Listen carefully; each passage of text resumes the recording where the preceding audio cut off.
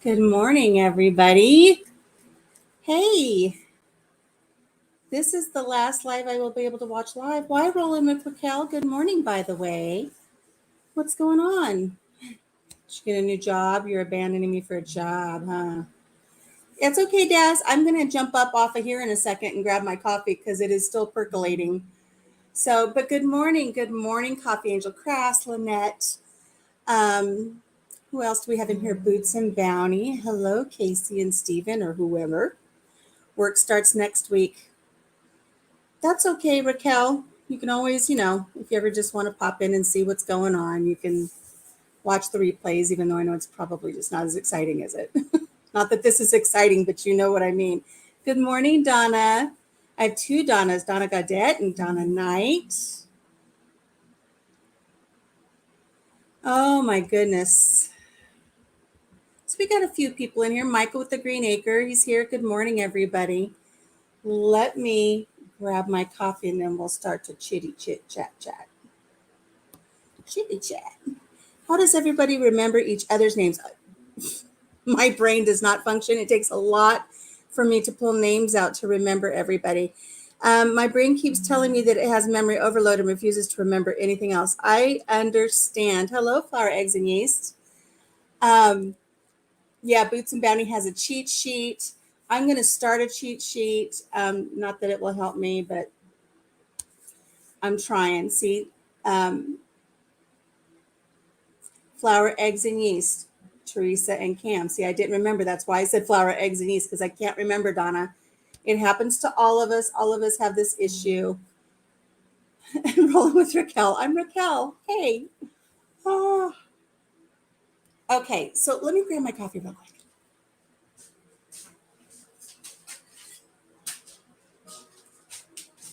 Okay. You know what? It's almost that time of the season, guys. Look what I grabbed. Oh, peppermint mocha. It's still, it's still summer, but I got to have my peppermint mocha. Didn't bring anything to stir it with. There we go. So Casey's here. Is Stephen at work today, Casey? Is that what's going on there? Yes, everybody share your names. It helps everybody out so much when they don't know what your names are. Helps me out a lot when I don't know what your names are. But I thank you all for joining me here this morning. My gosh, what a busy couple of weeks we've had here on the farm. The sun is shining right now. You can see that the sun is lighting up this mug. But it's not going to last long. We have more rain in the forecast. We've had so much. I don't want to say we've had a lot of rain in the last week or so, but every day there's rain. So I haven't been able to go out and do anything. I haven't been able to work on my barn quilt. I haven't been able to finish staining the deck. My garden is just kind of like, I just kind of abandoned my garden. And I can't help it. It's just, I got to grab something here. I don't know if any of you who garden feel this way. Be right back, ran out of coffee. I'm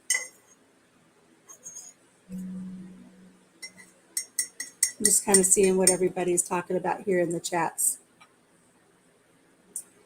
Oh, full-time virtually for college. Awesome. Awesome. So we just had a lot of rain, and I haven't even taken a video of it yet, but I did put up some shorts with a little funnel cloud that passed over, some pretty cool cloud formations, and an electrical storm that just hit right here at the farm. Papa Jim was driving home during that electrical storm, and he said lightning hit right in front of his car, and it just, all of his electronics in the car just had a heart attack for a while, and they finally came back, but kind of zapped his car a little bit. So, but we're expecting more rain. But I have not gotten the video. I did manage to mow on Monday. And when I was mowing, I realized there's a big portion of the property I can't mow because we had a big, huge limb come down out of one of the trees that we measured for the big wood contest. And boy, you want to talk about a widowmaker. If somebody would have been outside during that storm that came down, it would have clobbered them and certainly killed them. I'm glad you like the shorts, Casey. Some people don't. I don't understand that. I don't understand how I could put a short up and it really is just a picture of a cloud and it gets thumbs down. I don't know. I did have one of my shorts though. Um, Biggest response I've ever had to a video I've put up, and it's had 2.6 thousand views. And that was that really strange cloud formation. It wasn't a wall cloud. It wasn't at the edge of a system coming in, and just the perspective of it made it look weird. It really was a cloud that just kind of started higher up in the atmosphere and came down, but it was shaped very strangely. Good morning, Scott. Rambling with the Brums. So we've had a lot of weather. And of course, I don't want to complain about my weather because it's nothing like what all of you down in the South have been having to deal with Ida. But it does its own damage. My son called me the other day and said, Mom, get in the basement and the sun's shining like it is right now. And I was like, I couldn't understand what he was talking about. But when he sent in the pictures of what was happening at his place about 15 miles away, all the trees were down, roofs were coming off, all of the corn is flattened. I went into town with hubby Saturday, I think it was. And on the way into town, all the corn is flattened. So I don't know how much they're going to be able to harvest of that flattened corn. And it's just on the outer edges, it seems, of the fields. So it might not be a huge loss. But I'll tell you, since that derecho went through last year, our prices for our feed for our chickens have gone up double. And so if we have more corn losses this year, we're going to have more than that. Hello, Britton Farms. Welcome. Oh, goodness. Scott said something funny. Your mower is dead, Daz, and you're in lockdown. And you can't get it fixed. Spring started, so you're a little bit of a trouble. Oh, gosh, I hope you get that fixed. I don't know what kind of cloud it was. I used to know all of the clouds, back in school when you had to learn all that stuff in earth science. I don't know. You'll have to go check it out. Raquel, go check out that one and just see that really strange. It almost looks like one of those weird hammerhead worms up in the sky. It's really strange. Our giant and triple egg shorts are in the thousands too. Egg in an egg. I keep waiting for an egg in an egg.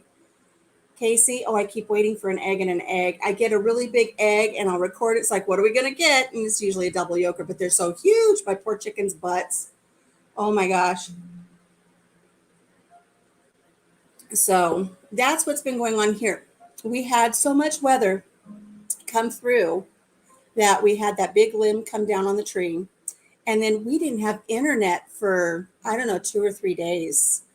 And we managed. I mean, I don't like to think that we're completely obsessed with internet. We lived out here on the farm for many years without even having it, except for what we had on our phone. Our phones aren't really working. I can't seem to get calls out most of the time. If somebody calls me, it drops within 10 seconds. Messages aren't going out. The internet is back, but it's very sketchy. And so, like I said, we didn't have it for over 2 days. And usually, Papa Jim will come home after a long, hard day and he just wants to sit and he just wants to click on meaningless stuff on YouTube to just kind of just relax. And we have really gotten into the habit of every night we watch Match Game, the old Match Games with Gene Rayburn and all the stars and stuff. And he came home that first night that we lost our power late one night. And he's like, I can't watch Match Game. It's like, I know, what are we going to do? So we had nothing we could do. And he's not one for playing like card games or board games because he uses his brain so much during the week. He says, I just don't want to use my brain when I'm off of work. So like if I try to get him to play a game of Scrabble or a game of cribbage, he won't go for it. So we've been watching Match Game and we compare our answers and stuff on Match Game. But so we had nothing to do. So we just kind of sat here and stared at each other for a couple days. It's like, what do we do? I don't know. It's raining. We can't go outside. And Louie, leave me alone. So luckily, I had gone through a cleaning phase about 6 or 8 months ago, and I was going to get rid of all the stuff that we don't utilize. And we really don't use our DVD player anymore. I went through all of my movies, and I just got rid of all of the movies except for the essential ones that we know we absolutely love. And thankfully, I didn't get rid of those because for those 2 days, we were able to pop in, a couple of quick movies and just sit and laugh. We like the ones, stupid movies like Vegas Vacation. And so that kind of made us laugh. And we love watching The Great Outdoors with John Candy and that. Hi, Hedgehog. How are you doing? Everybody's just chatting amongst themselves, which is wonderful. Um, Later on, I might bring up the link if anybody wants to come on and chat. That would be really great. Um, but I am going to have a caveat. Please make sure that if you come on live, if you've got any dogs that are barking or children that are playing, and this is not a ding or a negative, but boy, I didn't realize that last week the audio for our guest was so loud and it just picked up her child playing. It's like, oh my gosh, when I rewatched it, my ears were hurting. So just make sure that your sound is secure, your or mute yourself, or I don't know to mute you because I don't have those fancy 1980s headsets. But good morning, everybody. Oh, planes, trains, and automobiles. We love that one too. We always watch that one on Thanksgiving. So of course we hung on to that one, and we quote it all the time. And we just really enjoy John Candy movies in general. Summer Rental, and The Great Outdoors, and we love those types of movies. You're not secure. You're out. Yeah, I apologize for the audio last week. I didn't know. I mean, I could hear him in the background. You're on the clock, so you shouldn't. That's okay. Um, but yeah, that was a lesson for me, and I really enjoyed having um, Homestead Love on, and but I didn't realize that audio was going to be brutal. So we have to have that. If you're going to come on, just make sure that the background for your audio isn't going to deafen everybody. Those aren't pillows. Oh God, that is a great movie. Good morning, Donna.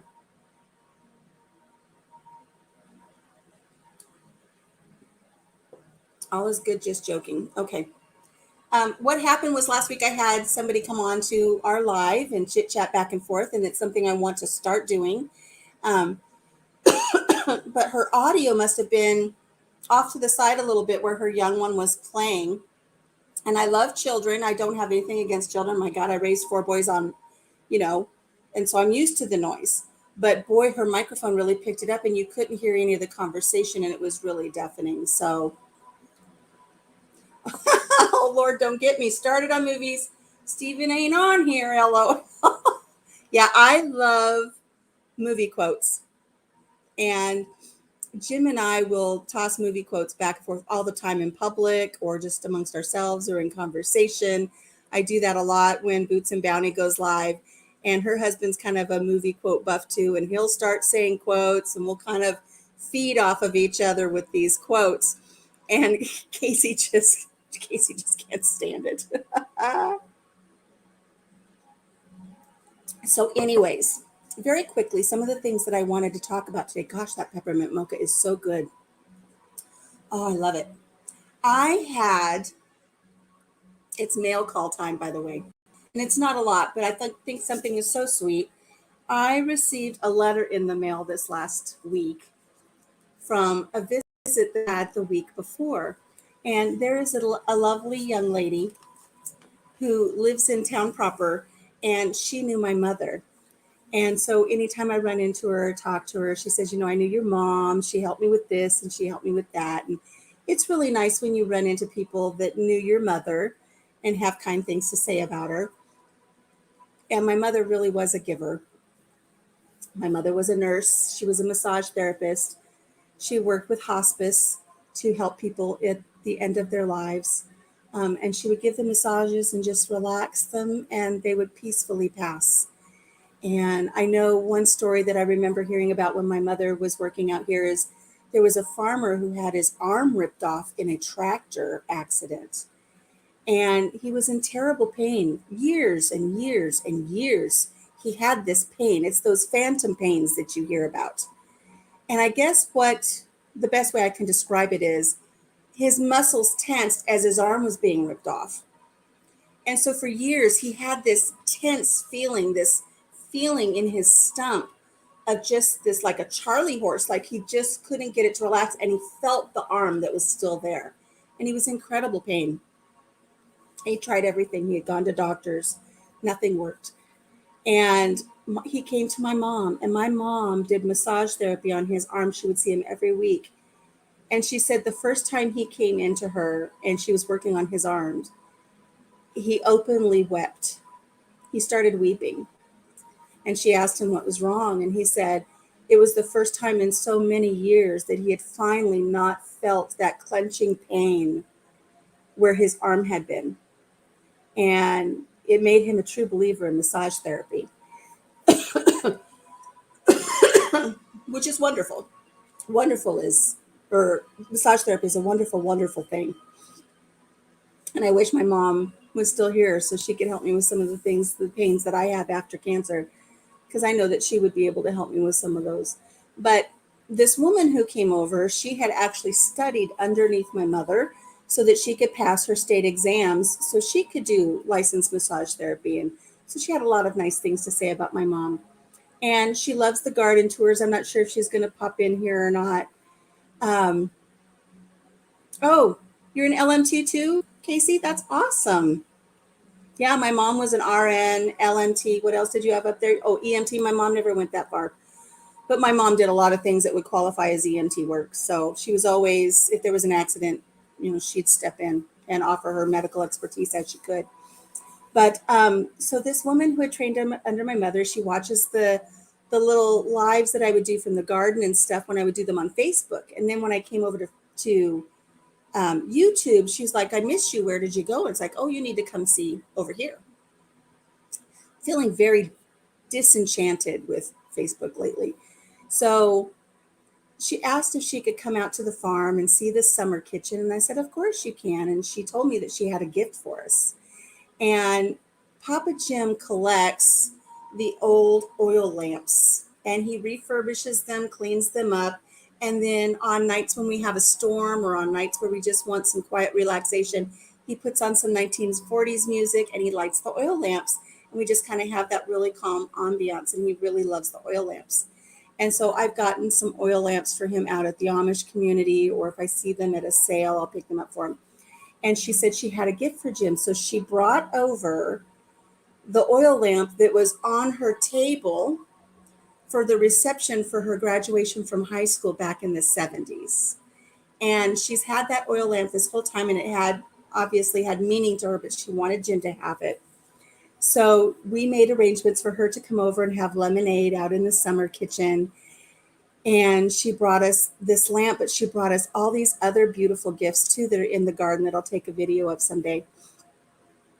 But she brought her granddaughter, her 8-year-old granddaughter, who was visiting from the state capitol. And they'd never, either one of them had ever been on a farm before.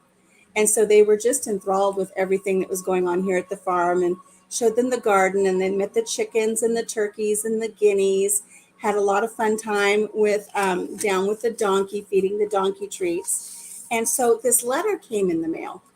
Well, you guys are dropping like flies. Everybody's leaving because I'm talking about this. COVID hit your family really bad, so you were not spending a lot of time on YouTube. I hope everybody's feeling better. My goodness. Perfect voice and video. Try to reset. Hi, Mountain Grandma. Well, I'm glad you could pop in for a little bit. Yeah, Hedgehog, I hope everybody's, Laura, I hope everybody's feeling better. My goodness. Remind me about that, because I did ask everybody to pray for somebody last week, and I do have an update on that.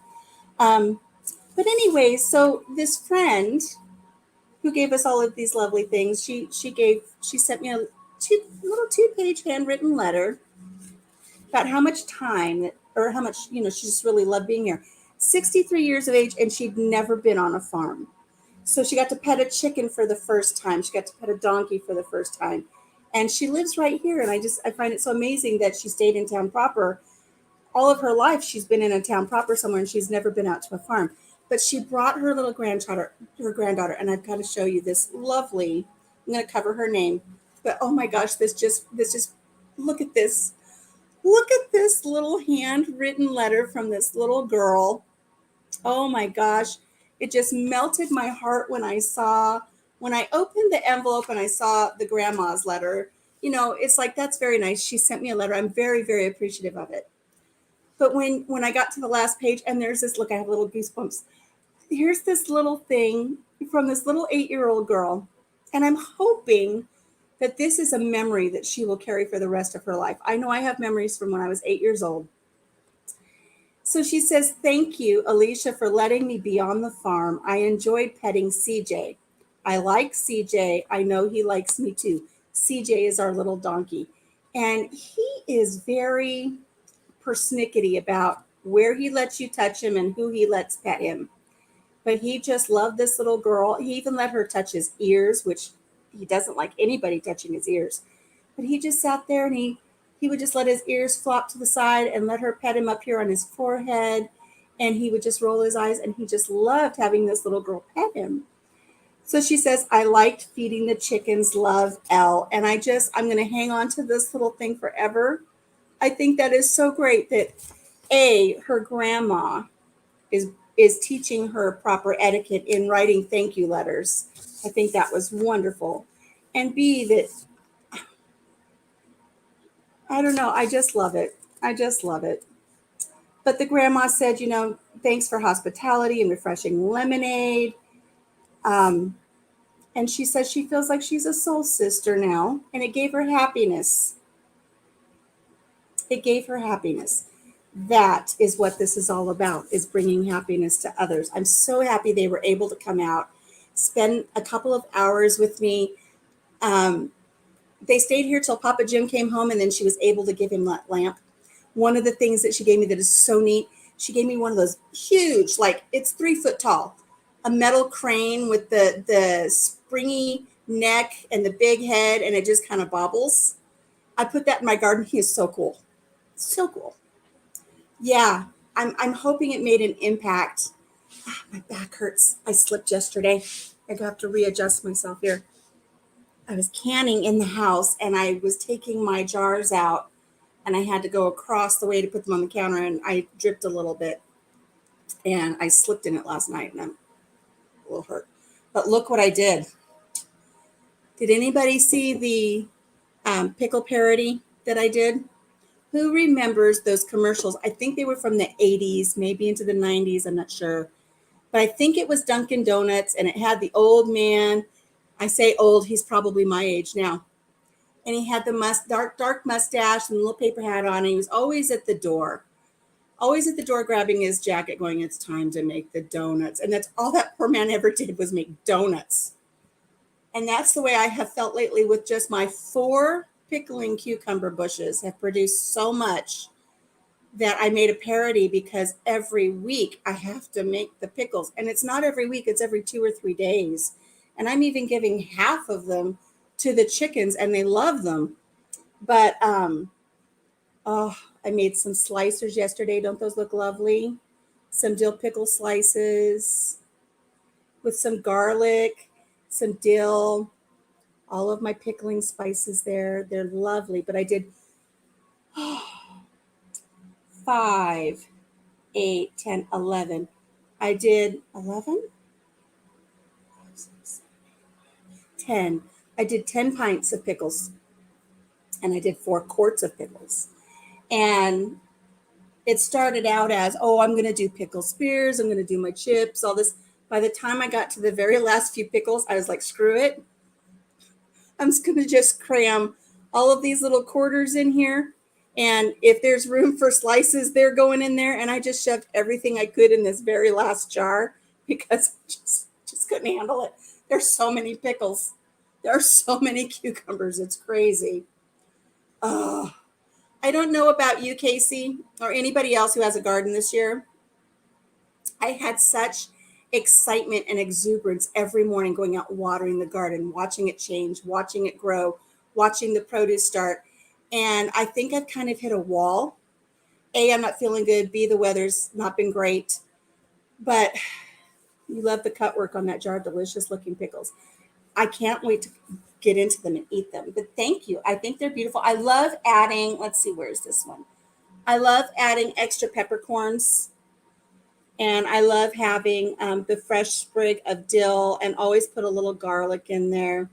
And some of them have bay leaves and some of them don't. But I'm not kidding when I say these 14 jars of pickles that are sitting here are going to be added to probably 50, 60, 70 jars of pickles that are already in the cabinet. So I made that parody about like, oh, it's time to do the pickles again. And my best friend says, oh, you look so awful in that one scene and you look horrible on the thumbnail for the video. It's like, but that's how I feel. And I had, I don't know, I had 6 gallons of pickles, 6 gallons of cucumbers yesterday and gave some to the chickens, and the ones that I felt were able to be pickled, I did all that yesterday. And I'm about done. I'm about done with pickles. Michael says he made peach jam the other day, but unfortunately it didn't set up.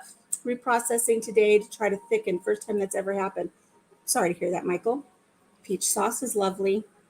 If you do homemade ice cream, which I'm going to be doing one of these days, I'm going to do my homemade ice cream again, and I want to put some of my peach in there. Yes, Daz, spring has just started, so you're just now getting things in the garden, except for your stuff that you planted, like your garlic and everything. So I know that you're going to be really enjoying your garden time, but I'm feeling I've hit that wall where I don't want to do pickles anymore. Been watching different pickle videos and working up the courage. I'm a pickle hound and have even ordered them online for $10 a jar. You love them. I love pickles. I've tried a few different ways of doing them. I had a little old lady that was in my mother's nursing home. She said she never hot water bath processed, but she would prepare her pickles, get everything in the jar with the hot brine, and then she would have her canner with boiling water, and she would put them in and then turn the water off and let them sit in there for 24 hours.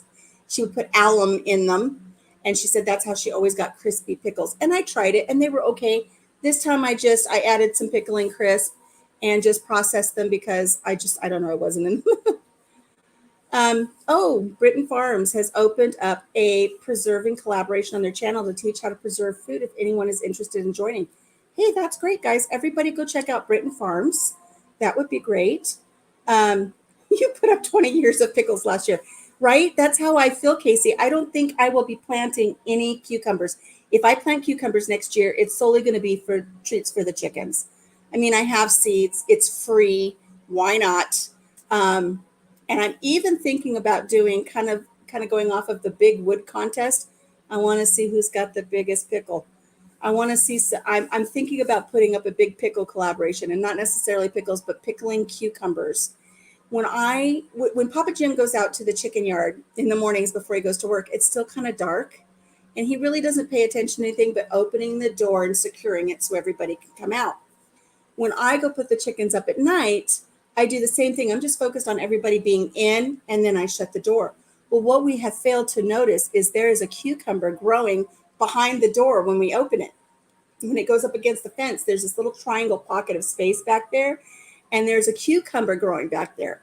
And I'm not kidding when I say it's as big as a quart jar, if not bigger. It's this big, huge dill, and it's just hanging there. And the chickens can't get to it, otherwise they would have eaten it by now. I'm just going to let it hang out. I'm going to see how big it can get. And I was thinking about maybe having a little, it's a big deal kind of a thing. So we'll see. Let me get caught up on comments here.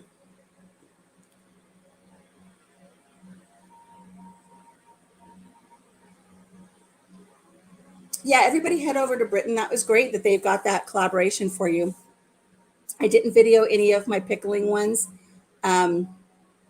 I don't know. I like I said, I haven't felt well the last couple of weeks, so setting up and putting things together just kind of just wears me out. But yes, alum.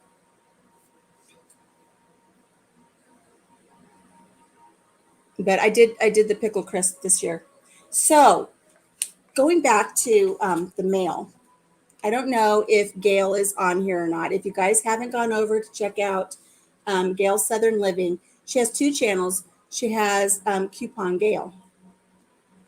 And I went over to Couponing Gale, and I've been following her. I used to do all kinds of couponing stuff back when the boys were little.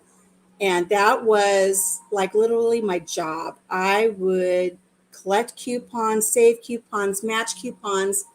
This was in Southern California when you could double coupons and you could marry them with the store's coupon. So for instance, if there was a $3 item, let's say a jar of peanut butter was $3. If I found a dollar coupon for a brand of peanut butter, they would double it at the store. But in their circular, they also had a dollar coupon off of the peanut butter, and I could marry that with this coupon. This would be doubled. This was at face value. It would end up being $3, and I would get the peanut butter for free. And you could do up to 3 of them. Well, I would just go in and grab a bunch of their flyers, and then on Sunday, I would buy a bunch of Sunday papers or ask my neighbors for all of their Sunday coupons. And that's what I would do, is cut out all these coupons, and I would marry them up, and I would go on shopping trips. And my garage was just stocked full of everything you can imagine. I had tons and tons of paper towels, toilet paper, saran wrap, aluminum foil, shampoo, deodorant, cereals, hamburger helper, peanut butters, jellies, anything and everything. It was just packed. I had a double car garage. It was just packed full of stuff. And people used to joke and say, if we ever have a big earthquake, we're coming to your house first because we're going to raid that garage. And I kind of used to laugh at it. And then I got a little bit nervous about it because I think they were serious. And now I've had people say, oh, I wish you would show us your pantry. Wish you'd show us your pantry, everything you're putting up and the things you're doing for prepping. And I share some of it, but I'm not going to do a pantry tour. I want everybody to know what I've got in there. Oh, Matt and Grandma, you're going to be just fine. You're going to be just fine. Green Acre's been in a little bit of a filming funk. I know. I don't know what it is. I just don't know what it is, but I'm in a little bit of a funk. However, we did do some videos this weekend when we didn't have internet. So I've got a few more coming out, but we did do the guinea egg versus the chicken egg. And so we did that. And so hubby ate a guinea egg, and you'll have to watch that and see.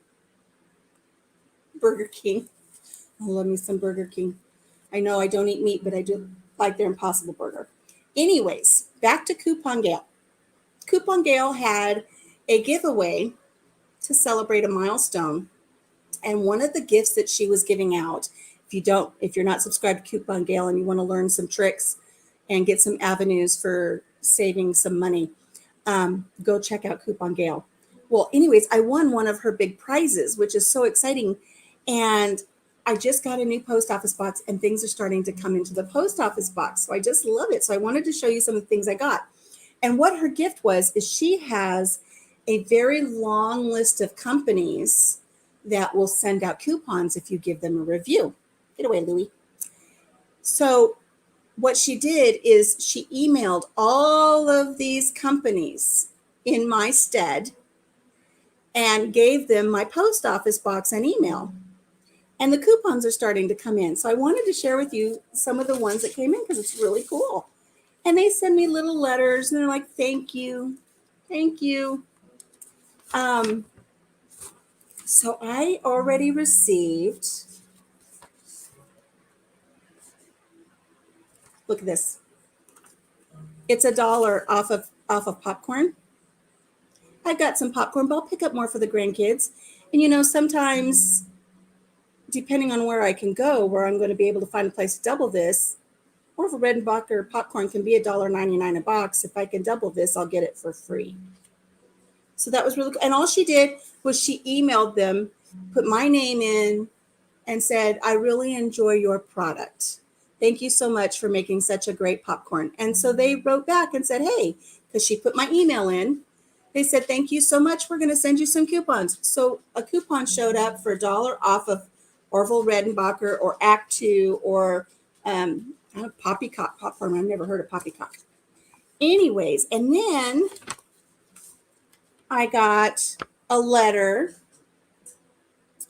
and $1 off coupon for Jimmy Dean. And look how they have these pretty gold Look at the gold hologram up there. Both of these have a gold hologram. I haven't seen coupons with gold holograms. Have you guys ever seen coupons with gold holograms like that? So crazy. So I don't eat meat, but I can go pick up some breakfast sandwiches for Papa Jim and keep those in the freezer, and he'll have those handy if he wants them. So $1 off of that. And in my inbox, in my mail, I've got tons and tons of responses. And some of them say that they're going to take a little bit longer to get the coupons out to me. It is fancy, huh? And extreme couponing. I was extreme couponing when I lived in California. Like I said, the whole garage was full of stuff. My best day, I went to a Ralph's with all of my coupons. I walked out with $129 worth of groceries and about 29 cents in my hand. The girl rang up the coupons and rang up the coupons and rang up the coupons as she was scanning things and did all the coupons. And when she was done, it said that that she owed me 26 cents or 29 cents or something. She literally opened the drawer and gave me 29 cents. And I walked out with, $129 worth of groceries. That was my best day. Cereals and hamburger helpers and Capri Suns for the kids and all kinds of things. And oh gosh, that was a good day. I remember walking through the parking lot going, oh my gosh, I can't believe I just walked out with $129 worth of groceries and did not pay a penny and actually have change in my hand. Crazy stuff. I got the golden ticket. Yep, that's about it. Wouldn't it be neat if they scanned it and it was like a really cool golden ticket and I win a prize? Ooh, now I really have to go spend them. And then I got this really neat little thing from Rhodes, RHODES, and they have in the freezer section the loaves of bread dough and the rolls. So they sent me some coupons for 40 cents off of those. And I thought, well, that was kind of neat. And I make my own bread, so I really don't need these, but why not? I'll use the coupon because they sent recipes. And one of the recipes I'm really interested in is this famous butterscotch bubble loaf. Doesn't that sound good? And then orange knots. And so I think what I'm going to do is I'm going to spend the coupon. I'm going to do a video showing that I'm spending the coupon, referencing Coupon Gale so we can show her some love. And then I'm going to make the recipes that they sent me, and I'm going to put those up on my channel. Hi, Alex. Oh, Alex, I'm so happy to see you again. We've all been wondering about you. And yes, I understand. I'm reading between your lines, and just know that we hope that you're going to be feeling okay soon. Okay, bye, Laura. Orange knots are so good. I know I love orange knots, but I'm gonna make them with this stuff. I just think it would be really fun to not only use the coupons, but show what I've done with the coupons once I use them. So I think that's going to be fun. So be watching for those videos because I'm going to be doing that. And that's just kind of the mail that came in this week. But I did get something else. And Papa Jim and I did a unboxing video. And but it didn't turn out good. There are just some days where you watch it back and you're like, nope, I am not posting that. So this is what we're going to do today. We received, hubby and I have been doing meals in a jar. We've been using dehydrated and freeze-dried food. Some of it we dehydrate ourselves. Some of it we've purchased from a company. And the company, I know what it is, but I want to make sure I get it right. The company is Harmony House. And if you haven't been to Harmony House, head on over to Harmony House after this live. Check out some of the dehydrated and freeze-dried foods that they have. I think it's a really nice thing to kind of add to your shelves if you're putting up for the winter or anything like that. So we've ordered quite a bit of product from them, but Papa Jim saw that they had a special on their little sample pack the other day. So we ordered it and they sent us a $10 coupon. So I'm going to be doing a giveaway later on here in the live here. And I don't know if Daz or if Raquel would be able to use it. I don't know if it's US only. I don't know where they ship to, but whoever wins the giveaway at the end of the video here, I will either send this to them in the mail or I will give them the information in an email so they can just use it towards their order. So they sent a coupon. They sent a really neat rehydration chart. So whatever we order, we know what to do with it. And then they sent a product catalog. So we can, without having to go online, we can go on and we can check out all the really neat things that they have. So it's, oh gosh, Scott, I'm sorry. You're not chopped liver. You're one of our faves. I'm sorry, I forgot to mention you being up in Canada. I know I don't have to worry about Erin because she's at work today. So, yeah, I don't know. None of these places ship to Australia. You know, Daz, I don't know if they have anything over in your area that has this freeze-dried food or anything, but before I show you what we got in the box, I want to show you what we've been doing. And I actually started putting these together before I had my YouTube channel. So, but I will be making more. And if you're interested in seeing how I put some of these together, just let me know. But this is one of the beauties that I made last year. And I apologize for the glare from the sun that is shining today. But this is beef stew. This is beef stew in a jar. I can put this, I've sealed it, I vacuum sealed it. This will be good for 10 years in the pantry.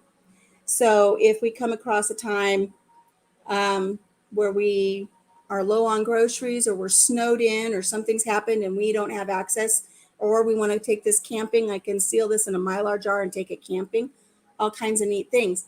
But if you look here, I've got my dehydrated potatoes. I have the TVP beef, which is it's a soy, it's a textured vegetable protein. I've got my carrots that have been, or my peas that have been freeze dried, my carrots, celery, onions, corn, all kinds of fun stuff. What do I have on? Oh, I have mushrooms. There's mushrooms at the very, very top.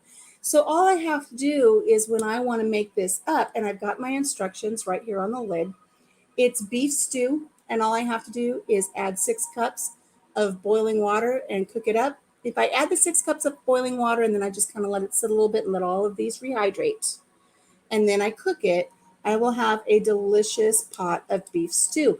And even though this is just in a quart jar, this is going to make enough servings for Jim and I to eat 3 days at least. We've done this before. We've tested them. So, and they look pretty on the shelf. Aren't those pretty? So I'm going to be doing some of these, but what's really neat is if it's something that you want to look into trying, this is where Harmony House has, and I'm not sponsored by them. I'm not getting any money from them. I just wanted to show you. I do love you, Scott. Don't you start that. Don't make me start feeling guilty. I'm going to cry. I don't have that jar on a video yet. I will be doing, putting some of these together, Mountain Grandma. So they import and charge a fortune. I'm sorry. This is the main reason Jim ordered this box. In this box, there are 36, I think. And I'm not going to go through all of them because it would be boring. But this is dehydrated or freeze-dried broccoli.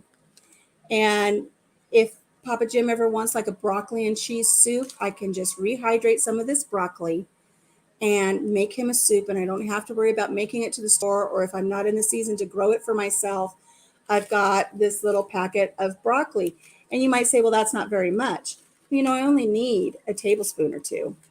I can get several pots of cheese and broccoli soup just out of this one little packet. And once I open it, then I will just use my my food saver. I'll put it in a food saver bag and suck all the air out so it'll stay good. So that's one of the things that came in there. What else have we got? Diced carrots. So it's got little diced carrots there. And again, you might say that's not a lot of carrots. This is a lot of carrots.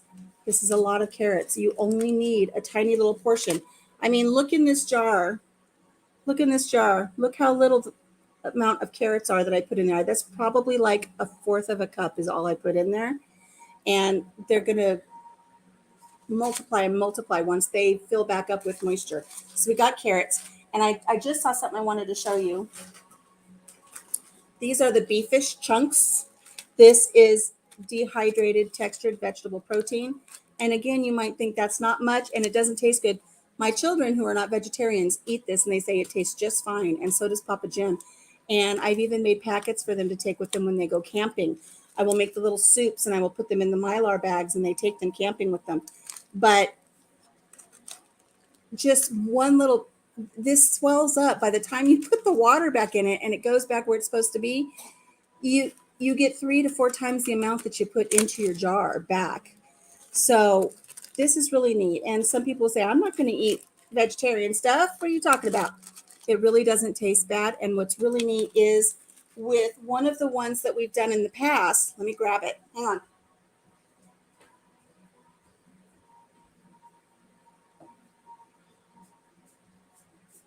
Shuffle, shuffle, shuffle. One of the ones that we've done in the past, I've cooked up, and it is this one here. Look how beautiful. Look at all the beautiful colors. We've got black beans, rice, all of my seasonings, all kinds of fun stuff in there. And at the very top, I've got some dehydrated chicken vegetable protein.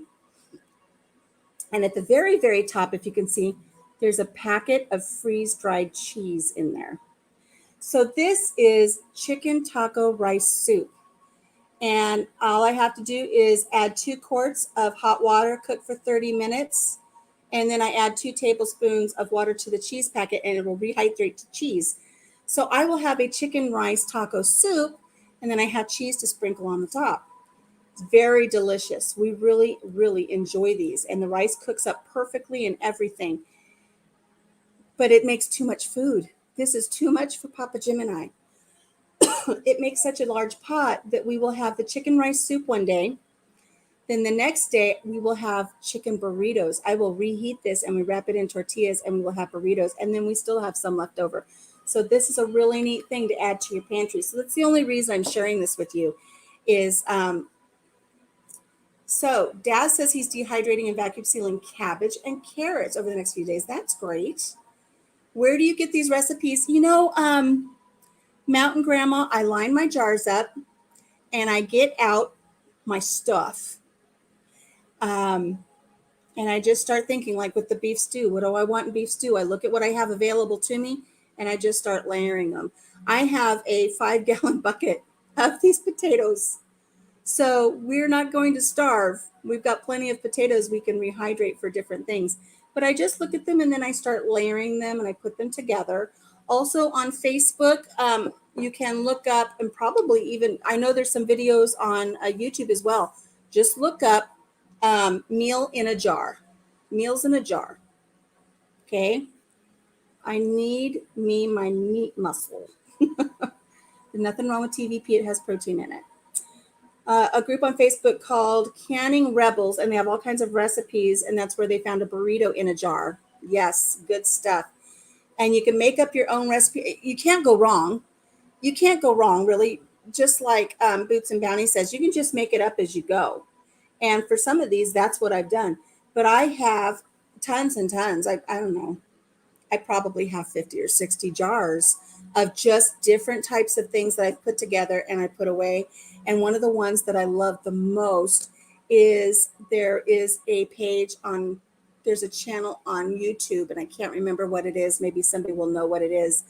But she shows how to make like a soup base. It's a creamy soup base. And so I do a cream soup base in a 1/2-gallon jar. And then I will dole it out to whatever I want to make. If I want to make cream of celery soup or cream of mushroom soup, and then I can them in little pint jars. But one of the favorite things I love to use it in is in my homemade macaroni and cheese.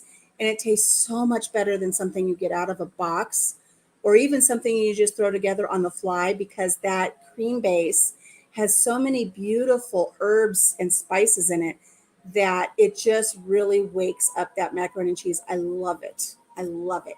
So I will be doing some of these videos over the winter months. So keep an eye on those. Hi, Andale. Don't do Facebook, but yeah, look on Mountain Grandma. Just look for Meals in a Jar then on YouTube. You should be able to find some stuff. Yes, you can dehydrate your own things. We have a really nice dehydrator, and I dehydrate a lot of my own things. If you can find deals where they have like the frozen vegetables that have already been blanched, frozen green beans and peas and carrots, little vegetable medleys. You can buy those if you can get them for under $1 a bag. Sometimes stores will have them for 77 cents or 88 cents. And you just go buy a bunch of those, put all those on your dehydrator, and then dehydrate them according to your instructions. And then you could put those in a jar, vacuum seal it, or put an oxygen absorber in there, and those will stay. And I did a lot of that last year. I found, though, that dehydrating peas, they get a little bit, even if it didn't matter what I did as far as temp and time, they do get a little bit shriveled and crunchy. But the freeze-dried peas that you get from this company, they rehydrate much better. I really do like them. So I just wanted to show you, just a few things that just came in this little box that we got. Green cabbage. There you go, Daz. There's cabbage that's been dehydrated or freeze dried. And I'm not a fan of cabbage. I mean, I'll do a cabbage soup for like a peel a pound soup, which is awesome. Obviously, it works. But, like I said, if Papa Jim says, I just really want to have like a cabbage soup with some zucchini and maybe some carrots, I can go get these little packets and try them and see if we like them. If we like them, then we'll buy them in the number 10 cans and we keep them in the pantry. So that's the other great thing too, is this company this Harmony House has different sizes. You can get samples to see if you like them. You can get small jars, large jars, or number 10 cans. So I just wanted to share that, and keep in mind that when we're done, I'm going to somehow come up with some way to do. I don't have Nightbot, so nobody can pick anything. It's not like Nightbot will pick a winner. So I'm going to have to come up with something to put on here so somebody can get this $10 off coupon. I'm not going to give away seeds today.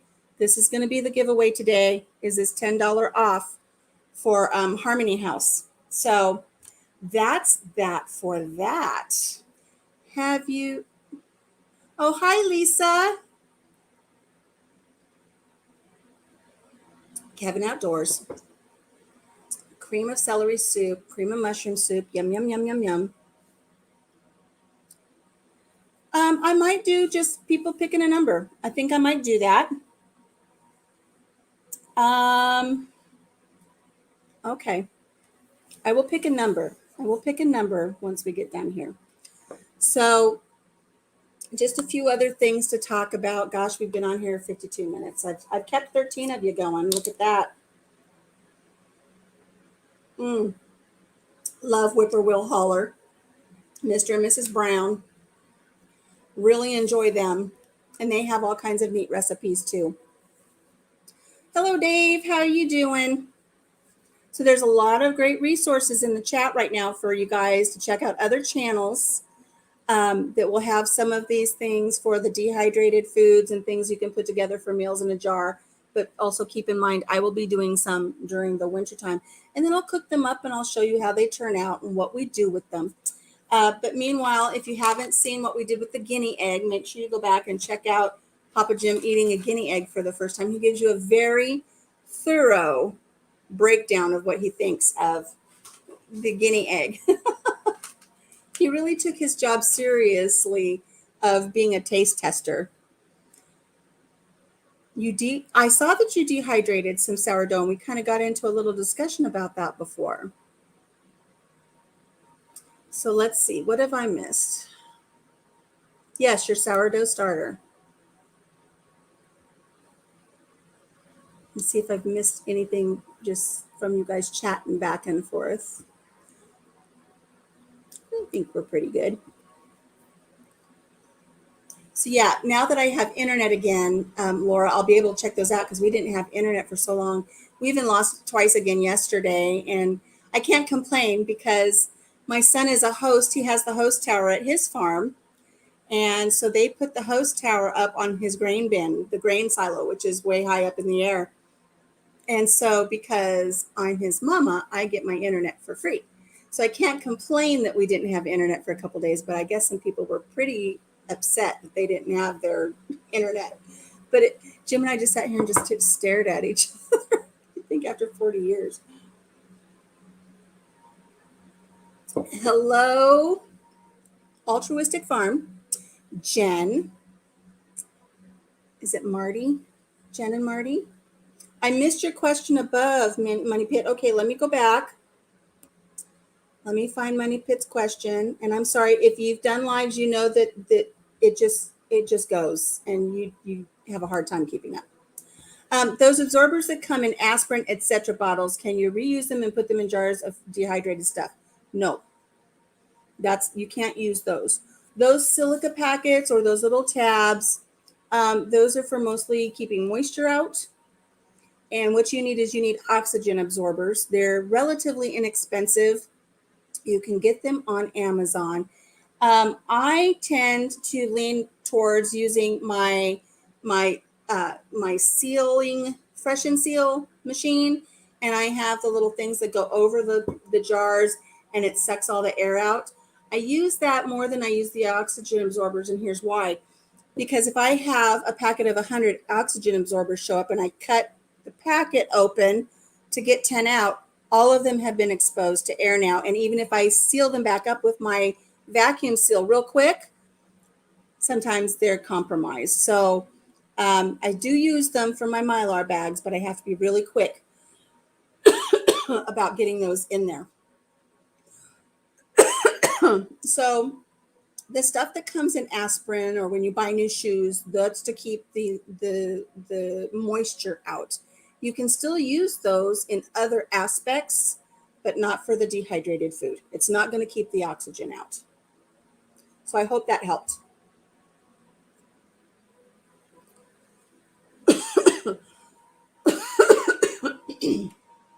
Wiley, that's it. Wiley. Okay, I have to have a confession, Jen. I tried to associate your better half with a cartoon character, and I was thinking of Marty the zebra from Madagascar when I need to be thinking about Wile E. Coyote. And so I will try to remember that. You need to get those for your spices. One thing, if you do get the oxygen absorbers or if you do put food up and you decide to use the vacuum seal, never, ever, ever, ever do that for your sugar, your white sugar, your brown sugar. You will end up with a solid brick that you will never get broken apart. You have to have that air in there for the sugar, so don't do that. Okay, Mountain Grandma, thank you so much for popping in. I appreciate it. Hit the thumbs up on the way out. I always ask people. I forget. I always forget to ask people to hit the thumbs up. So please make sure you hit the thumbs up. I'm glad that was helpful, Money Pit. But yeah, you can use them for other things, but don't use them for your food.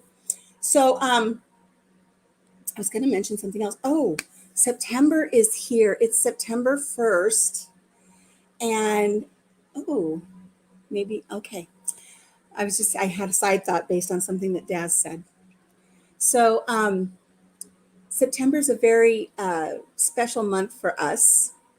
September is when I started my life with Papa Jim. We met like in July and then had a few functions in August with our school chapters, FFA. We would do things and we would meet up and stuff.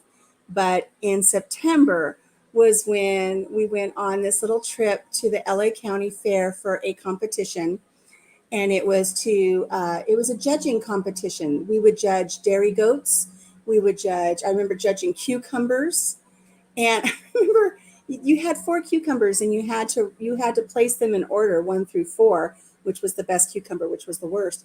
And I did that and I did well, but I had written something down on my reasoning.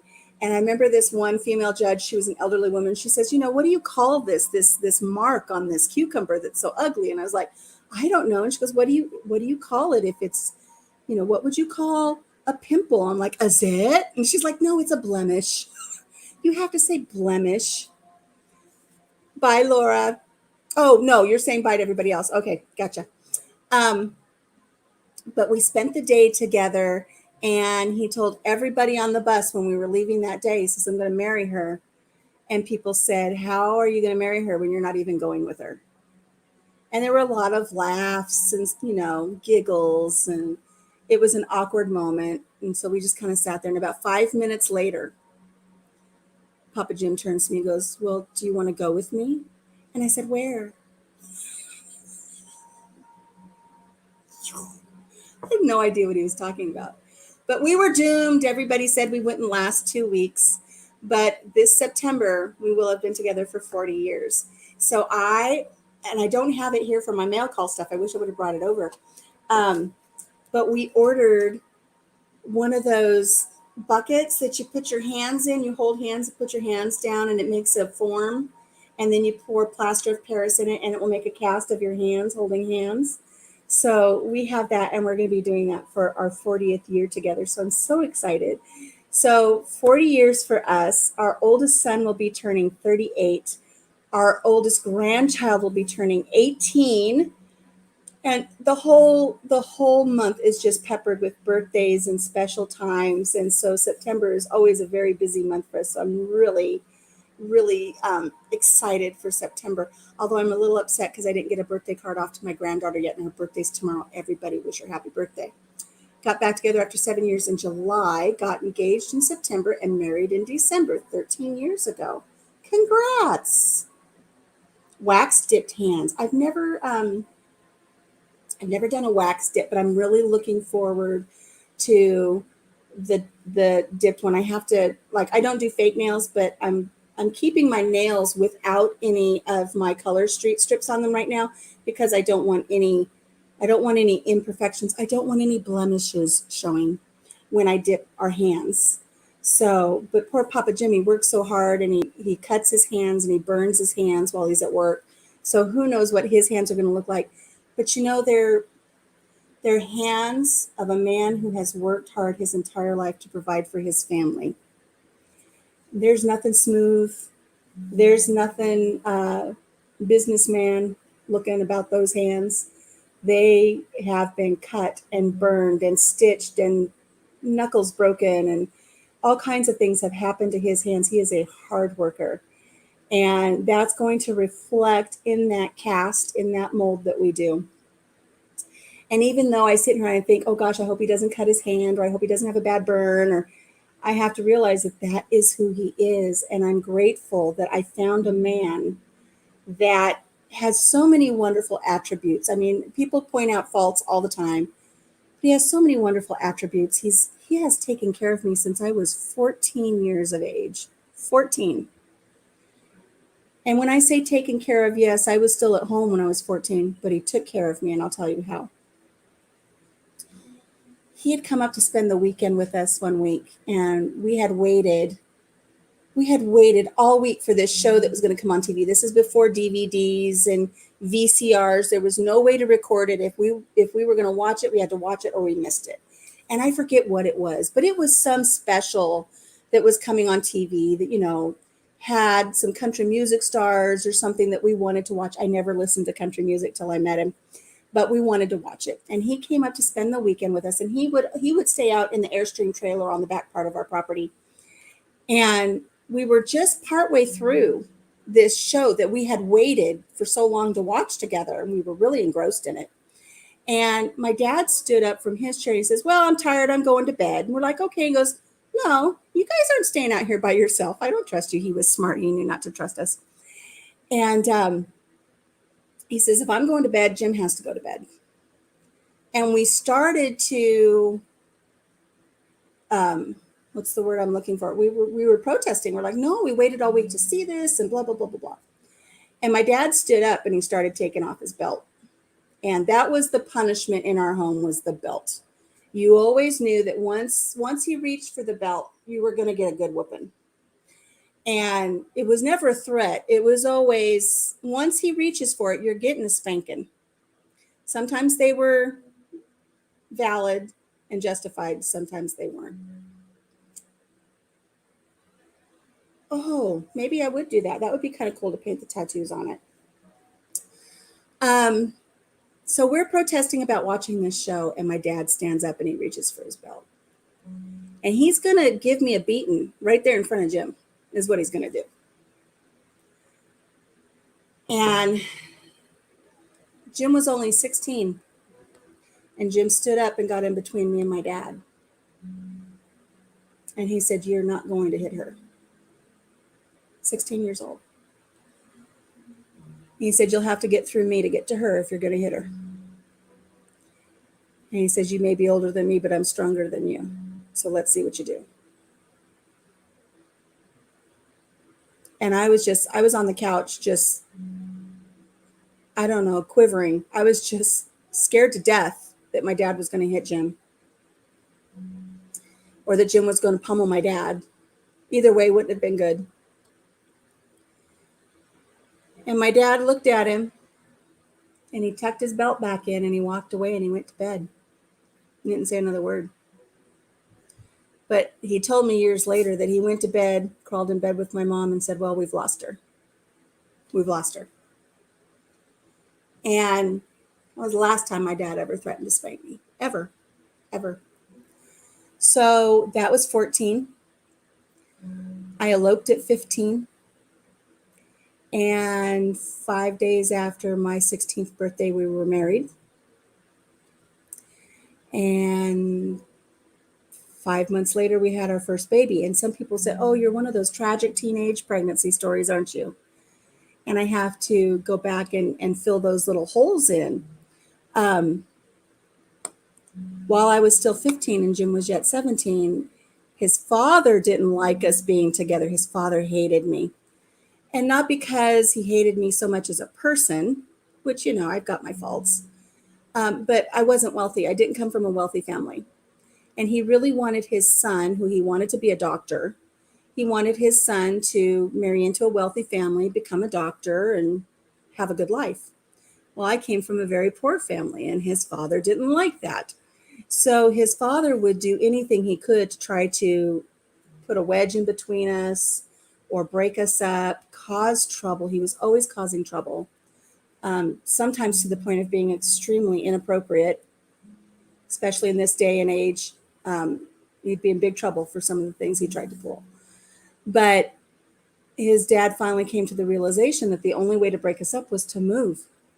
So he announced one day that they were moving 2,000 miles away. He was going to take Jim from California back to Arkansas, 1,700 miles, whatever. I don't know exactly how far it is. And he was going to put Jim in a military school. And that would definitely break us up. He was pleased as punch. He was very happy with his plan. He had all kinds of plans for his life in Arkansas and plans for Jim's life, and none of it included me. And we were devastated. We were absolutely devastated. At that point, we'd been together a year and a half or so. And I mean, he was my life. And we sat and we thought, what are we going to do? I can't just, if I run away, they'll just bring me home. If you run away, they'll just take you back to Arkansas. Long distance relationships have their moments. They're hard to maintain. What do we do? So at the tender and stupid age of 15 and 17, we decided that we would intentionally have a baby.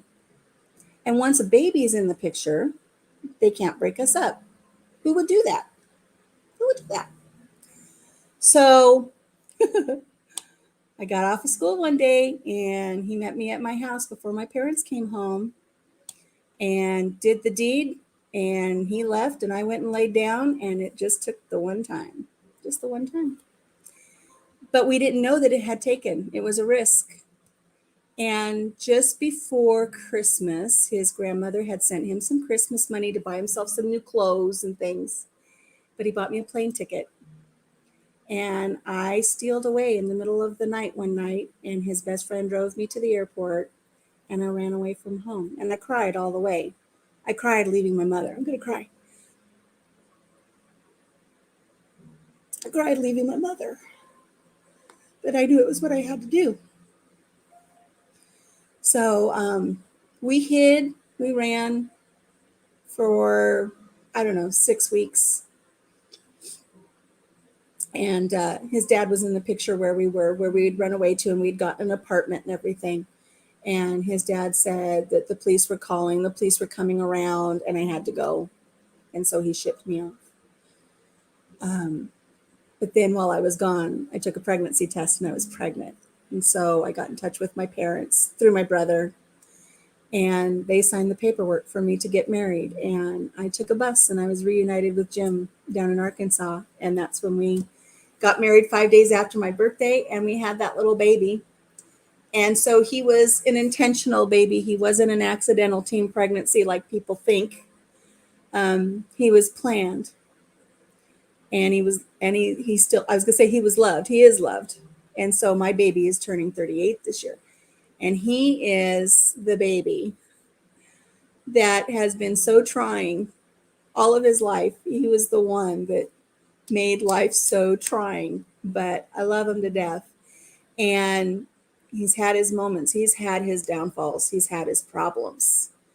But I'm so proud of the man he has become today. And matter of fact, we have Donna in here. He's with her daughter. They've been together for 15 years now, and we share grandbabies. But I used to lay awake at night and wonder, is this the night that the police are going to come to the door and tell me that my child is dead? I mean, he really went through some hard times, but he's really turned his life around. So proud of him. And he can live anywhere right now. He can live anywhere, but he lives just around the corner from me in my sister's farmhouse. And it's not the best farmhouse. It's in disrepair. It's not the best place. I know that it's not a place that makes Donna's daughter overly happy. She had another farmhouse she was really in love with. And I tell them, you can go live anywhere. But my son says the reason we're here is because if you need me, I'm here. I'm only around the corner. And I know I went up to their, from a child who was at one point in his life, didn't give a rat's ass about me because he was a teenager and, they know everything. I slipped and I slipped and I fell at Thanksgiving at their house one time. I didn't quite get my foot up into the threshold of the doorway, and I was carrying a bunch of stuff, and I lost my footing and I fell forward. And the first thing I think about when I think about that day that I fell was hearing from probably 200 feet away, "Oh my God, my mom." That's all I heard was, even though I had people around me, my son was exclaiming that he was so worried about his mom. So to go from those extremes of having this troubled childhood with this child to then him expressing his concern over me is huge, huge. So they all don't, but some do. So he just lives around the corner, and he's here if I need him. Donna said the other day when I had that spider in my room, did you guys see the whole thing about the spider in my room? And I know, especially Hedgehog, she says, "Oh, it's just a spider, just kill it. It'd be dead in my house by now." And I know, I don't like to kill things. I don't like to, I just don't like the what ifs, like what if the spider gets away and crawls up my arm? I don't like those. And it was just a spider, but that was kind of the whole tongue in cheek of the video, was kind of not playing it up, but just like, I really was worried about that thing, because you don't know what it's going to do if you go in and take a nap and then you wake up and it's gone. You don't know where it's gone. Oh, Alex, you love your story. You love the story, but you need to take a break due to my emotions. Oh, honey, I'm sorry. I'm sorry. I didn't mean to trigger. I'm sorry, honey.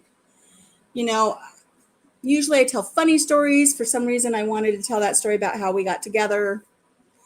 I will go on to a happier story. So you pop back in if you need to. I promise I won't be talking about the sad ones.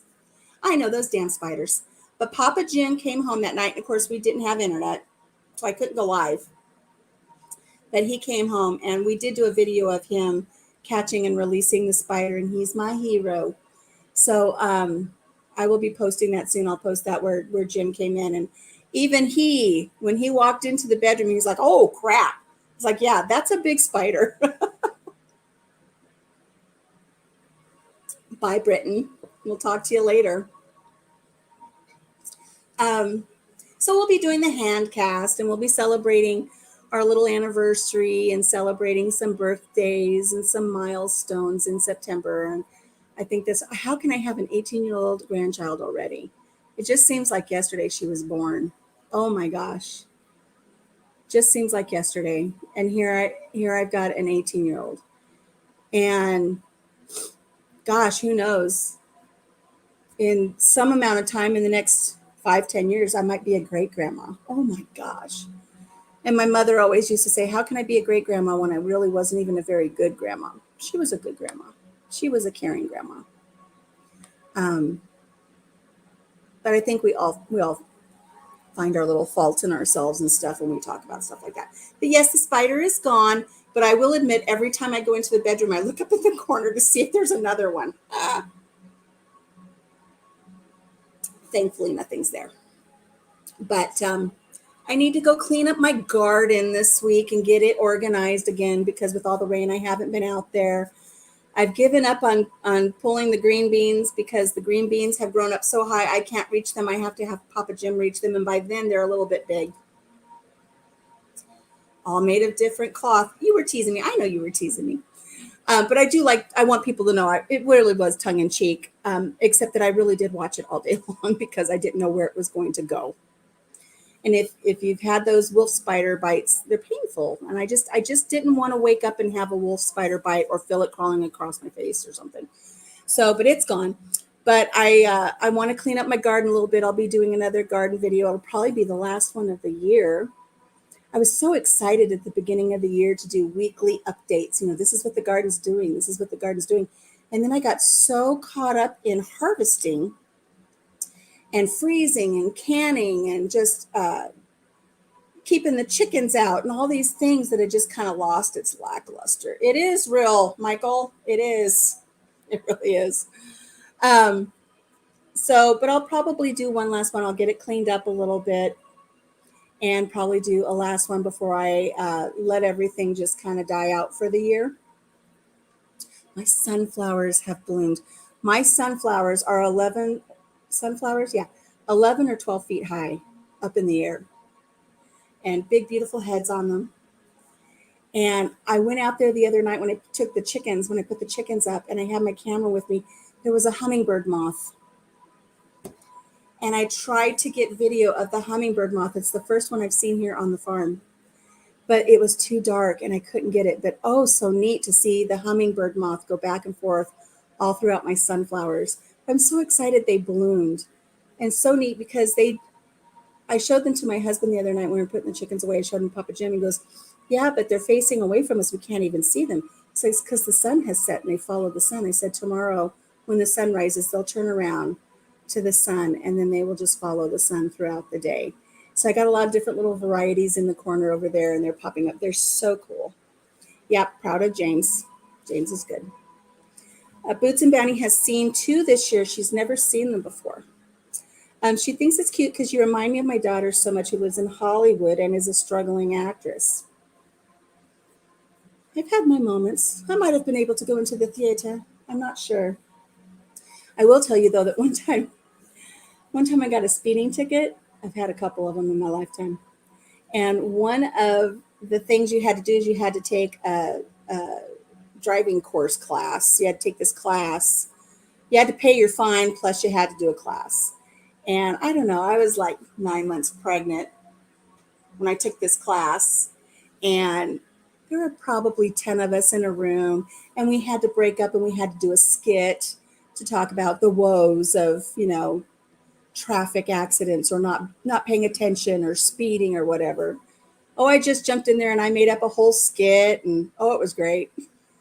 I love my little acting things when I do them. They're just fun memories for me. But I'm very much, I don't know how you would explain this. I'm very much an extrovert. Like if there's a party, I'm out there. My husband is the wallflower. But I have an extreme introvert side to me as well.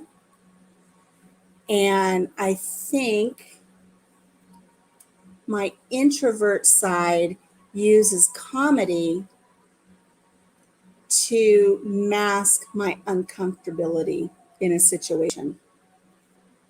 So when I'm uncomfortable, I resort to comedy, just like, okay, the spider made me very uncomfortable, but I used humor to get through it throughout the day. So Lynette says, while pregnant, I mowed under a tree that unbeknownst to me was full of spiders. I had so many bites.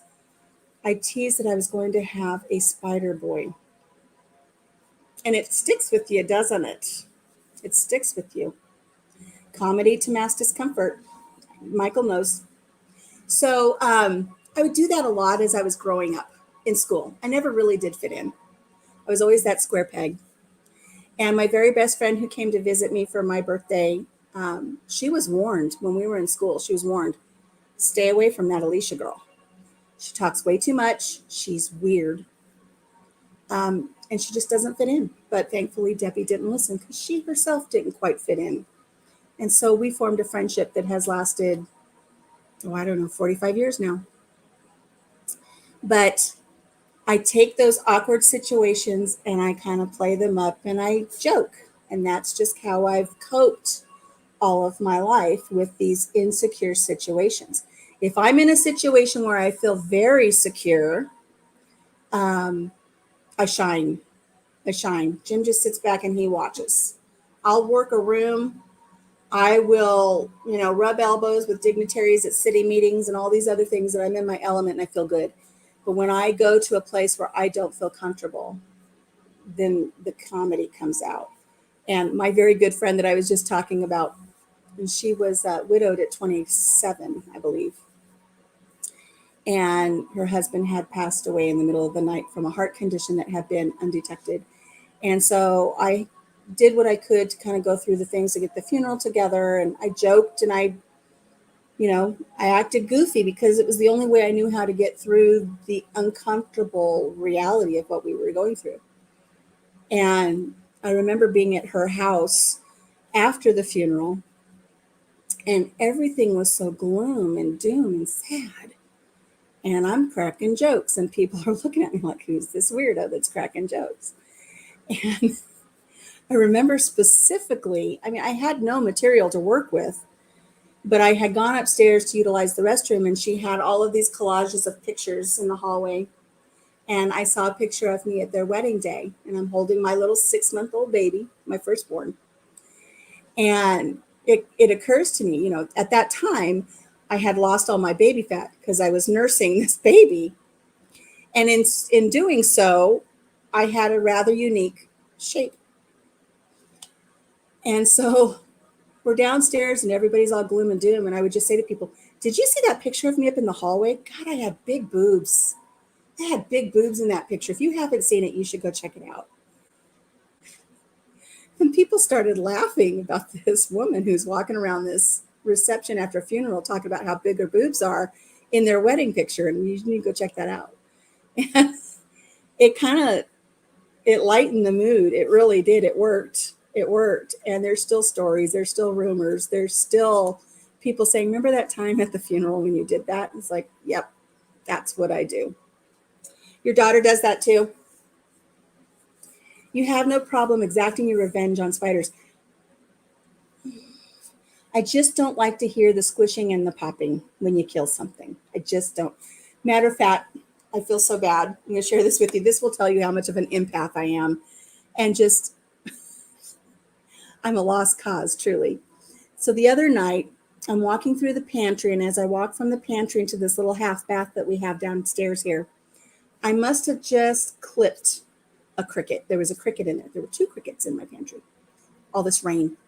But there was a cricket. I must have just clipped him because he kind of just sat there and the one little leg was doing this. And I was like, oh, I'm sorry, little guy. I didn't mean to hurt you, but you're going to be okay. And I'm just going to leave you alone.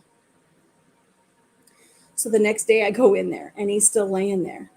And I thought for sure he was dead. And then I just see this little, and I thought I've got 3 options. I can throw him outside and he's going to die. I can flush him down the toilet and he's going to drown. I can throw him out the window and the chickens are going to eat him. Or I can just talk to him soothingly as he just lays there. And that's what I did. I tried to give him at least a peaceful death, and I don't know if I'm the one who killed him or not. Yeah, the catch and release thing's coming. So I still haven't picked up the little cricket. I'm waiting for Jim to pick up the cricket in the bathroom because I don't want to touch him because I feel guilty for stepping on him. His little buddy died in the pantry, and I just kind of did that. Just got to get rid of him. Oh my goodness. So let's see. I have 2 huge bags of my Roma tomatoes in the freezer, and I've got more that have ripened up. They blushed. I picked them, I put them on the counter, and they've finished ripening up. So I'm going to get those ready today to put in the freezer. Papa Jim bought me a new freezer just for the tomatoes, and it's already full with all of the peaches and the berries and all of the other stuff that I've put in there. But I hope I still have room for all of my tomatoes, and then I will be turning those into a sauce later. And I'll probably make a video for that if I can get out of this video funk that Michael and I seem to be. Funerals, though sad, according to Michael, should be a time of laughter and happiness. That's what the departed would want. Happiness, connection, bonding. Comedy is necessary to mend our broken hearts. You are so right.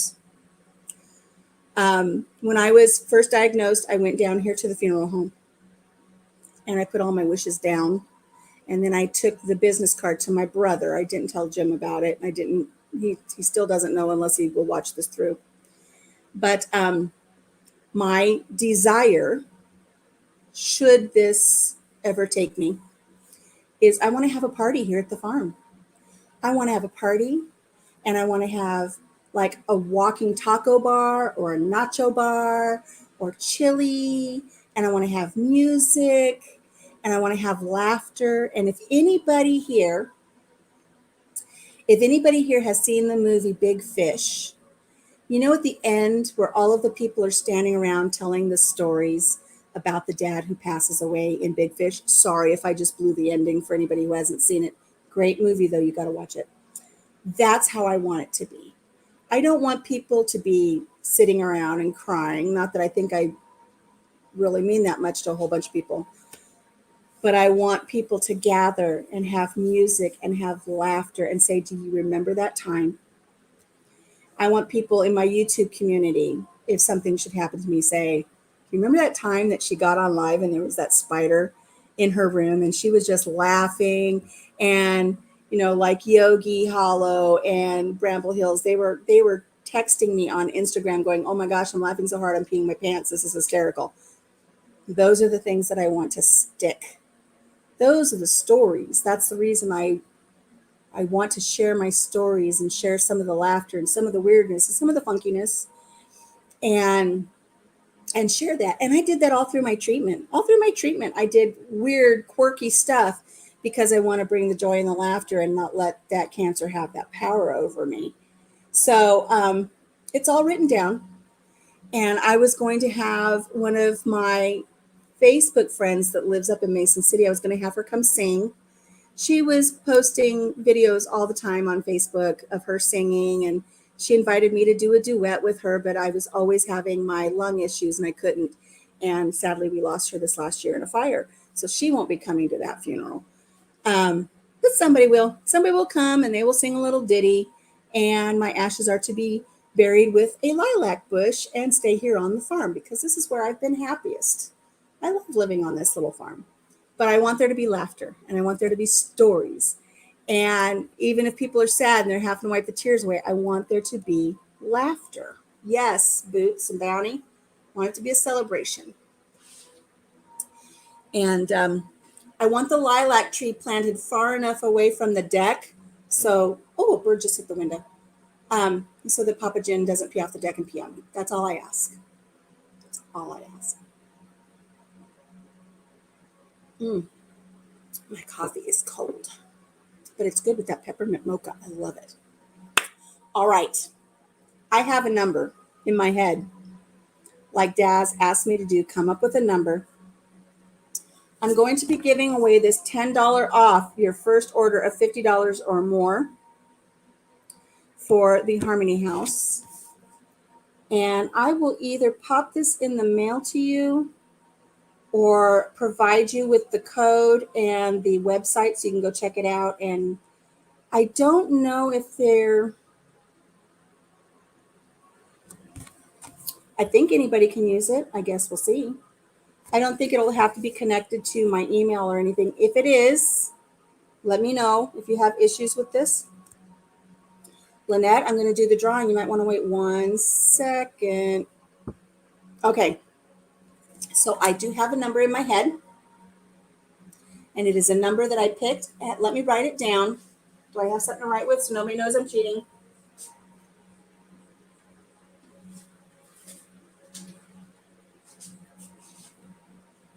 Okay, so I don't want to write on my little one's little letter that she sent me. Am I scribbling one number, two numbers? You don't know. It's going to be a number between 1 and 30. You're going to pass on it if you win. You're going to pass it on. If you win it, Daz, you can pass it on to anybody you want that's in our little chat here today. So, between 1 and 30, go. First one who posts it will win the $10 coupon, which is so much better than a packet of seeds. You don't have a Harmony House here. It's online. Lynette, where are you? Where are you located? And I'm not going to say yes or no, higher or lower. I'm just going to keep looking until I see it. Lynette, where are you? Harmony House is online, so you don't have to worry about going to a store. It's online and then it ships to your home. Ding, ding, ding, ding, ding, ding, ding. Utah, they'll ship to Utah. I'm sure they'll ship to Utah.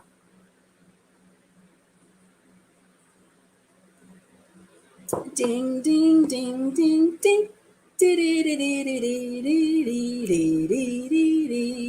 Now you know why my choir teacher called me Alicia with a pickle on top.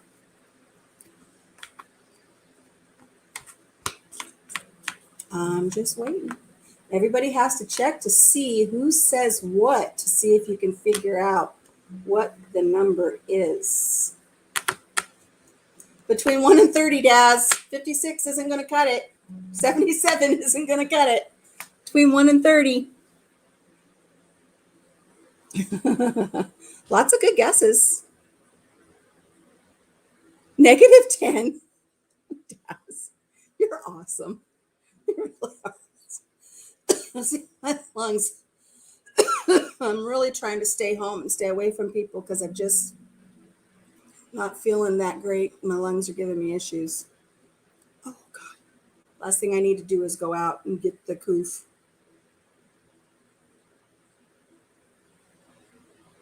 I still haven't seen the number, guys. 28,000. Oh, no, 28.7321.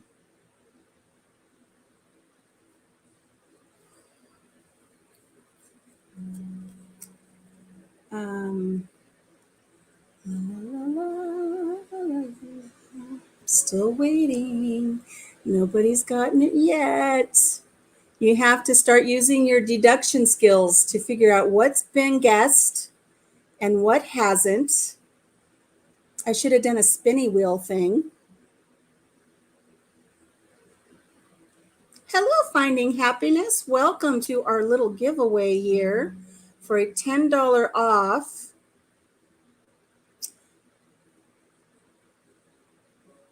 You have to guess the correct number between 1 and 30, and I have not seen it yet. An egg. Egypt. Oh, so whoever guesses the correct number that I have already written down, so you know I'm not cheating. Woo. I will either give you the information off this card or mail it to you, and we will see if we can get it to work so you can have $10 off your first order from Harmony House, which has all of these great dehydrated foods that you can make meals in a jar. And Ronald Reagan. Oh. Hey, Country Mama. Tina Ladybug. I'm talking to myself now. Tina Ladybug, we're having a drawing right now. You popped in just in the middle of the drawing. Guess number between 1 and 30. Boots and Bounty, 26. Got it. Tina Ladybug, you didn't even have a chance. Sorry. Boots and Bounty got it. 26. And the reason I chose 26 is while we were talking earlier in the broadcast here in our live, we were talking about my husband and I being together 40 years this year, and we got together on September 26th. So I wrote down the number 26, and that will be our 40th milestone, our 40-year milestone. And people said we wouldn't last 2 weeks. You're on a lunch break, unicorn with red dots. So, Casey with Boots and Bounty, I'm going to get this information to you, or I will drop this in the mail to you one way or the other. And then let's see if we can get this to work for you. So if you decide to put in an order for some of these great dehydrated or freeze-dried foods, you can get sample packets. I'll tell you one thing I think is one of the best deals I've seen is they have the tomato powder, the dehydrated tomato powder. So you can thicken your sauces and all kinds of stuff. And what I do is when I prepare my tomatoes for the year, I take the skins and anything I don't use and I do dehydrate them in my dehydrator and I make my own powder. But this stuff is great, great, great stuff. Oh, I'm not planning on going anywhere. Donna, you know me. I'm ornery. I'm sticking around for a while. But I like to be prepared. I think I like to be prepared because I don't want to put the burden on Papa Jim and my boys. So I have arrangements made for what I want down at the funeral home. It's all on record. If something happens to me, it's already been taken care of. And so Papa Jim and the boys don't have to have that stress. So I know some people think it's morose or depressing, but when you've had the kind of diagnosis that I've been given, it has a very, very high mortality rate. You do what's necessary to try to spare your family as much as you can. So that's what I've done there. So everybody's putting up a good fight, huh? So Casey, I'm going to get this information to you. So, and let me write down so I don't forget because my mind, let me tell you. And I hope it works for you. There might be some neat things that you can get that you can use with your canning. I know you have great gardens and you've got all your neat stuff, but there might be some things on there that will really be beneficial to you and that will help. So, okay, let's see. Oh gosh, I forgot how to do this. Does anybody want to come online and talk? Me and Stephen talked about it last week when my uncle dropped dead. So wild. You have to have something in line. I don't want to have something happen to me with this diagnosis that I've received and then have Jim fumble or have to deal with it. I want it taken care of for him. Rambling with the Brums. Hello. Wiley Jean asked me to host their live today. God bless her. Hey, awesome. You want to do those jars. I will be doing some videos on the jars. And it's great to have some of the dehydrated stuff. You know what I like about their dehydrated peas is they're not hard. If I dehydrate my own peas, they get that hard outer shell on them if I put them in my dehydrator. But these, I think, are freeze-dried. And they just have a better shell on them. Oh, goodness, Daz, that's not going to happen. That's not going to happen. So let's see. I've already forgotten how to invite people to join. What do? I forgot how to do it. How do I invite? Does anybody want to come on? How do I do it? I forgot. Somebody tell me how to do it. I don't want a private chat. I don't want the comments. I don't want a banner. Oh my goodness. I forgot how to link this so that people can come on. Press invite.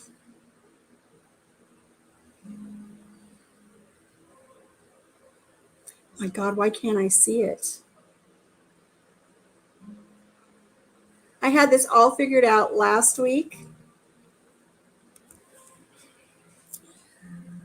Oh my goodness. I see something.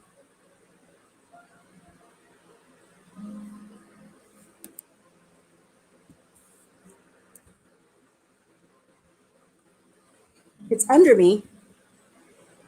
Oh, if it's under me, it's dead. Look at that. There. So if anybody wants to come on and talk to me, that's inviting, isn't it? Just, Press end stream. If I end the stream, you're all going to go away. Daz, you should jump on here with me.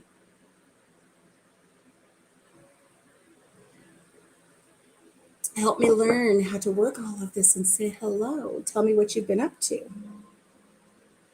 Because I'm pretty much out of stuff. We've been on here for an hour and 40 minutes. We've done our giveaway.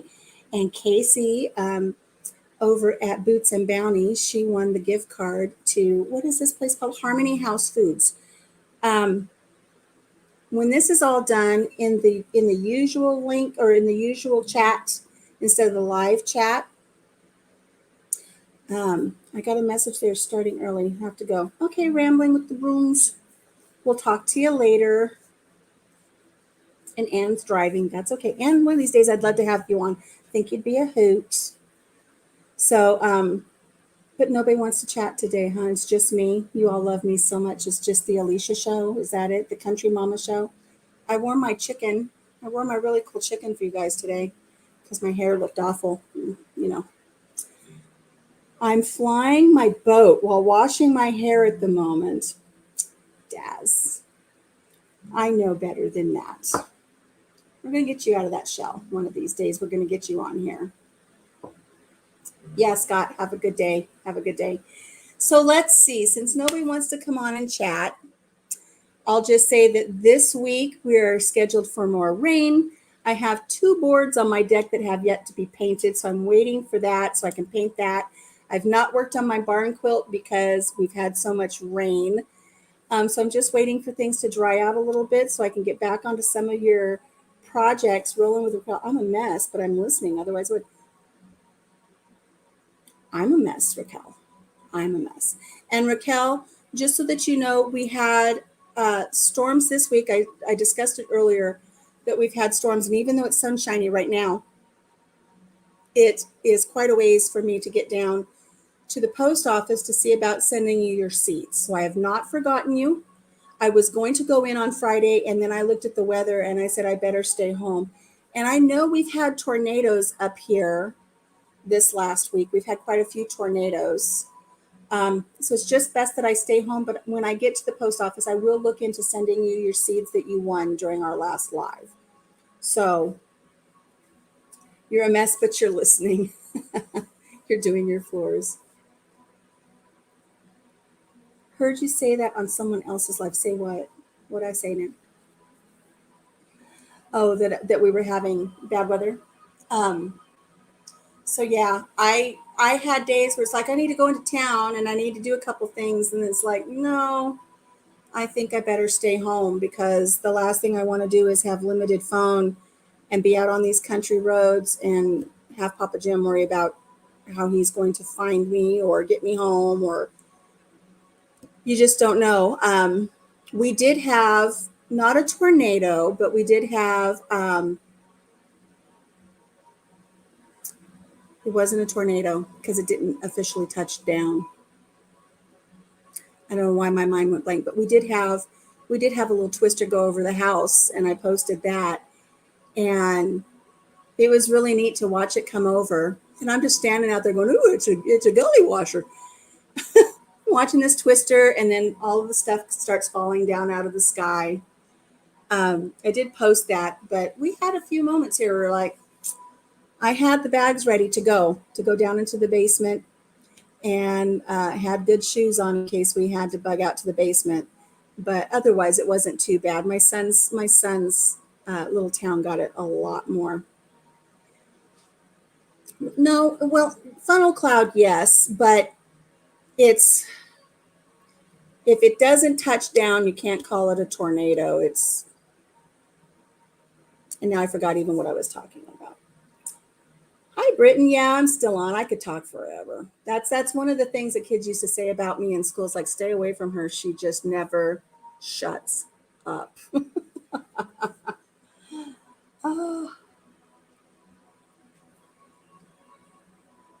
Oh, you're tired, Daz? Funnel cloud. It's not a full-on tornado because it didn't touch all the way down. So yeah, funnel cloud. It was kind of neat though to watch it kind of pass overhead.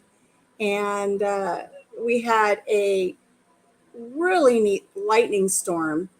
And I thought, oh, I'm going to stand out here on the porch and see if it hits here on the farm. And I thought, that's kind of stupid. So I came back inside because we had lightning strikes right here on the farm. And like I said, Jim, when he was driving home, he had one hit right in front of the car, and it knocked out all of his panel and the radio and everything for a while until it came back. Alex is back. Hi, Alex. Welcome back. We had a little giveaway while you were gone, but we'll be doing more, and we'll be doing seeds and stuff like that. I don't know, Alex, if I can send you seeds if you win seeds, because I know that you're out of ways.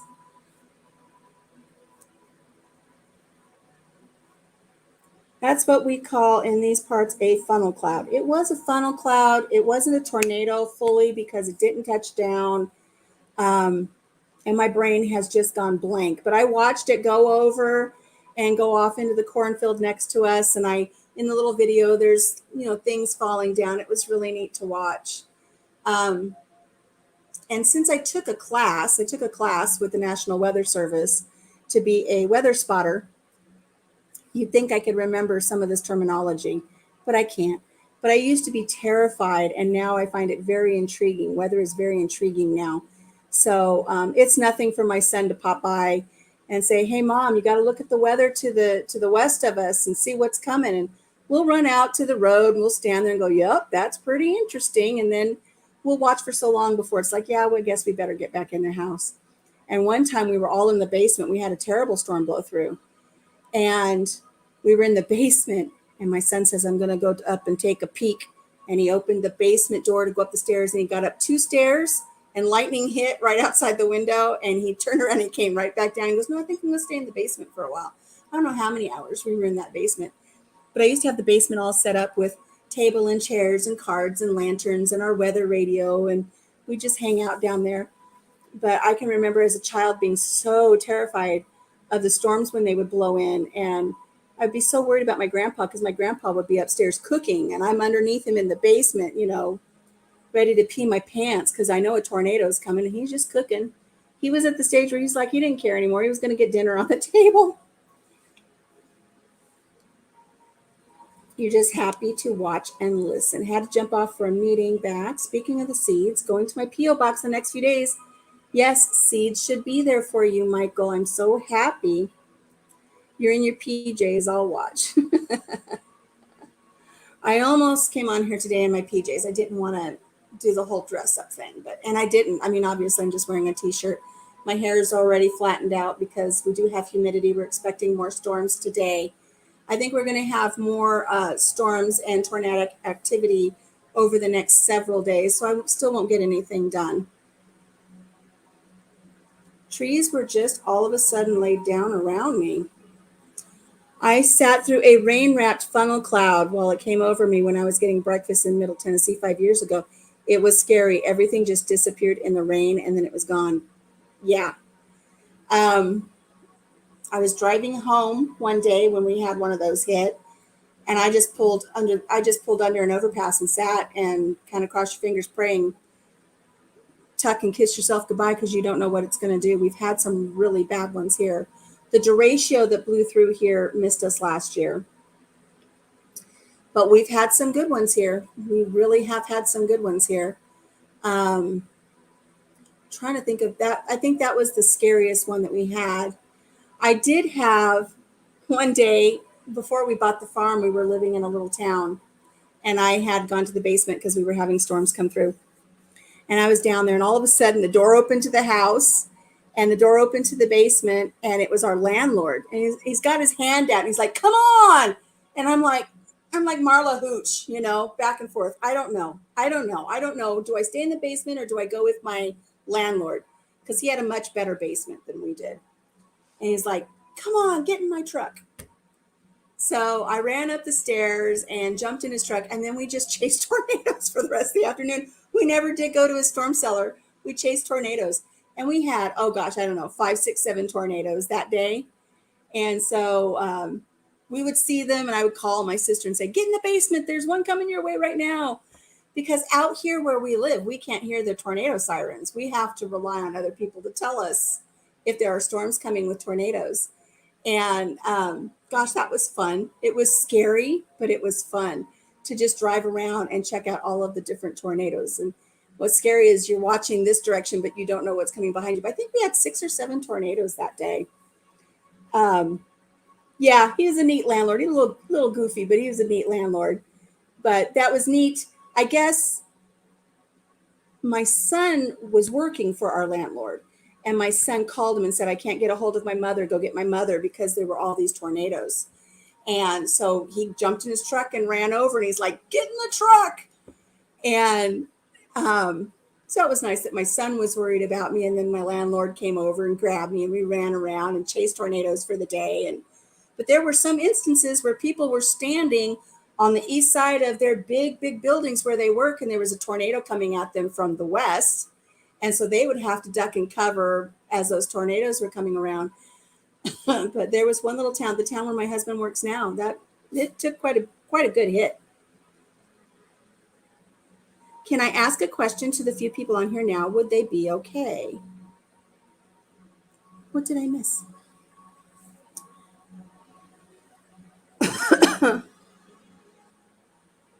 Oh, somebody's talking racing or something. So, yeah, the trees were all of a sudden just laid down. When I had one hit one day, we had something blow through one day, and I told my granddaughter who was visiting, she was like 10. I was yelling at her, get to the basement, get to the basement. She's like, why? And she doesn't understand what's happening, but I can read what's happening outside. And she's like wanting to grab all the dogs, and I'm like shoving her, get in the basement. And she's, why? It passed so quickly, but it was such a hard straight line wind. And when we came out of the basement, there were trees on our neighbors' roofs. We didn't take a direct hit, but just right down the street, all of the trees were uprooted and on people's roofs, and everything. It was a mess. So be careful, Michael, if you get a good storm coming through. Boots and Bounty, your sister is a storm buff. I am too, since I've taken a couple of classes. Don't ask me the names of clouds and stuff. I don't know. But I do have my own official number with the National Weather Service.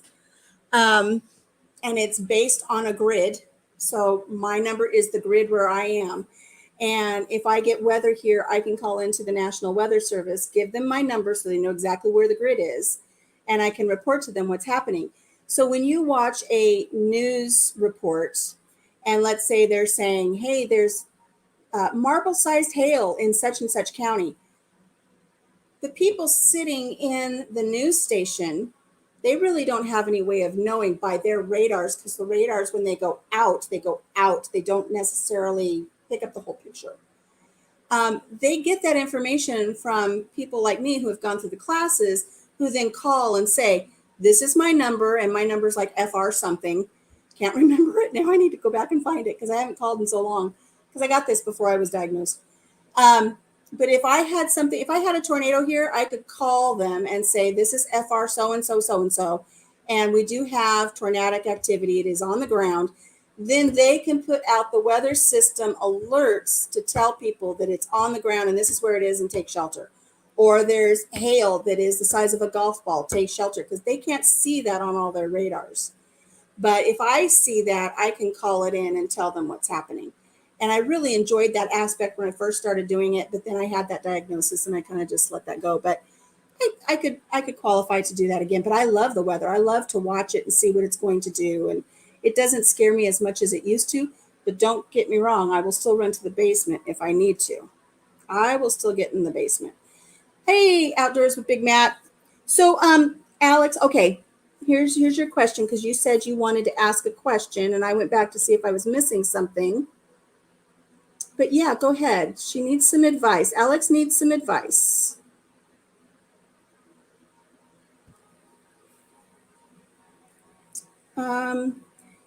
Today I had to have 5 front teeth come out and a denture fitted. I am in so much pain and wondering how long a denture takes to get used to. I can't chew. It's not the pain.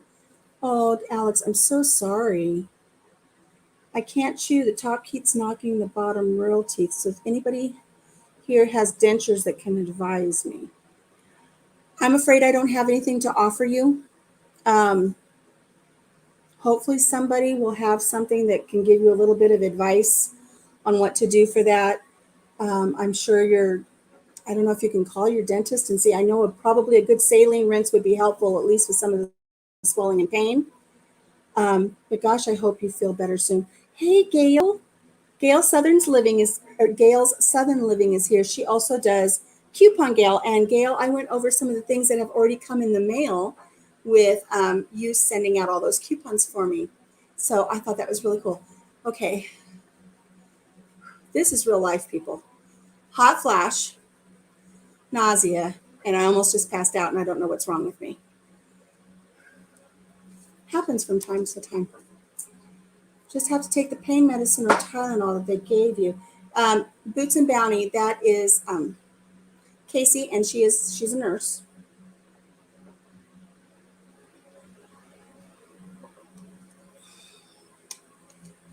Alex, I see you're going through a hard time. I'm really sorry to see that. And so this is compounded. You've got some compounding issues that are affecting you right now. So sending you some love. I wish I had some advice for you. I think rinsing with a good salt water. I don't know if Casey over at Boots and Bounty can confirm that that would be a good thing for you to do. If you've had all those teeth pulled, make sure you don't get any dry sockets. Don't do anything with any kind of straw or anything that you have to suck on because you don't want to pull out those blood clots that are forming where those teeth have been pulled. And I think until that tissue heals, you're probably just going to have to really take it easy with rinsing with some good salt water. Just following up with some regular over-the-counter pain meds. Follow up with your dentist if you need to, and then just really stick to some soft foods. Obviously, this is something that they've all told you when you had these teeth pulled, so I'm not telling you anything new. I just don't have anything additional to share with you, and I'm so sorry. I'm sorry that you're in pain, and I'm sorry that you're going through all of these things, but you've got some friends here, so we're rooting for you, and we hope you feel better soon, okay? Downtown 66, you got to run. Thank you so much for joining, and I'm sorry if I've missed anything in the chat, because once I start rambling, I just don't even look. So Boots and Bounty says, yes, ma'am. You're going to the dentist tomorrow, which is wonderful. No family that speak to me, just suffering today. Alex, I'm really sorry. I truly am from my heart. And I'm glad that you chose to come to this today, even though my earlier story kind of triggered you a little bit. I'm sorry about that. But you're among friends here. You're among friends. And if we've got any advice to help you with, it'll be in the comments. Listen to Boots and Bounty. She's a nurse. And just see that anything that we can share with you, a saltwater rinse. Don't use a straw, no sucking. You don't want to suck out those clots that are forming in there where those teeth have been pulled. But just please take care of yourself and know that we're all going to be praying for you. Okay. And yeah, you can follow up with Daz. I think Daz is a good resource for you guys to talk back and forth. Okay, here we go. If it bleeds, boil a tea bag, squeeze it, and bite lightly on it for 20 minutes. It won't help with the pain. I think, isn't it the tannins in the tea, Casey, that kind of helps with the clotting factors and everything? So you're among friends here, Alex. It's okay. Curious. Do you watch your lives back after the fact and read the chat? I always wondered if folks did that regularly, that go live. I do try to. Um, I do go back, and sometimes I pick up on a lot that I've missed. I pick up a lot that I've missed, and then by the time it's ready for my next live, then I forget what I was going to talk about because I was going to try to follow up with somebody. But I do. I go back and I try to watch them. Sometimes if I watch them on the TV, though, if I'm just kind of relaxing, I don't get to see the chat. And sometimes it's just a hassle to have this sitting on my lap, even though it's a laptop. I don't, Michael, unless I have to go back and find something. Okay. Ordering tea bags now. Alex, tea bags are great for compresses for all kinds of things. So it is good to have them on hand. And they do make really good compresses. So thank you, Casey, for following up on that and letting her know to do those tea bags. It's going to be so tender there for so long, but just don't suck, okay? Because, and I know they've told you this, you don't want a dry socket. That's going to be painful if you suck out those blood clots where they've pulled those teeth. Okay.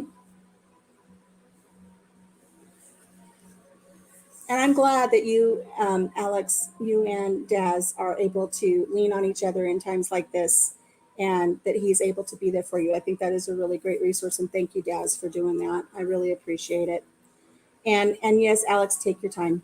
That is a trauma. That is such a trauma to have 5 teeth pulled at one time, and it's going to be um, like Casey said, and just don't suck. Don't suck on a straw. Don't suck on the sockets that are empty now where those teeth have been pulled. You don't want a dry socket. It's the so long that bothers you.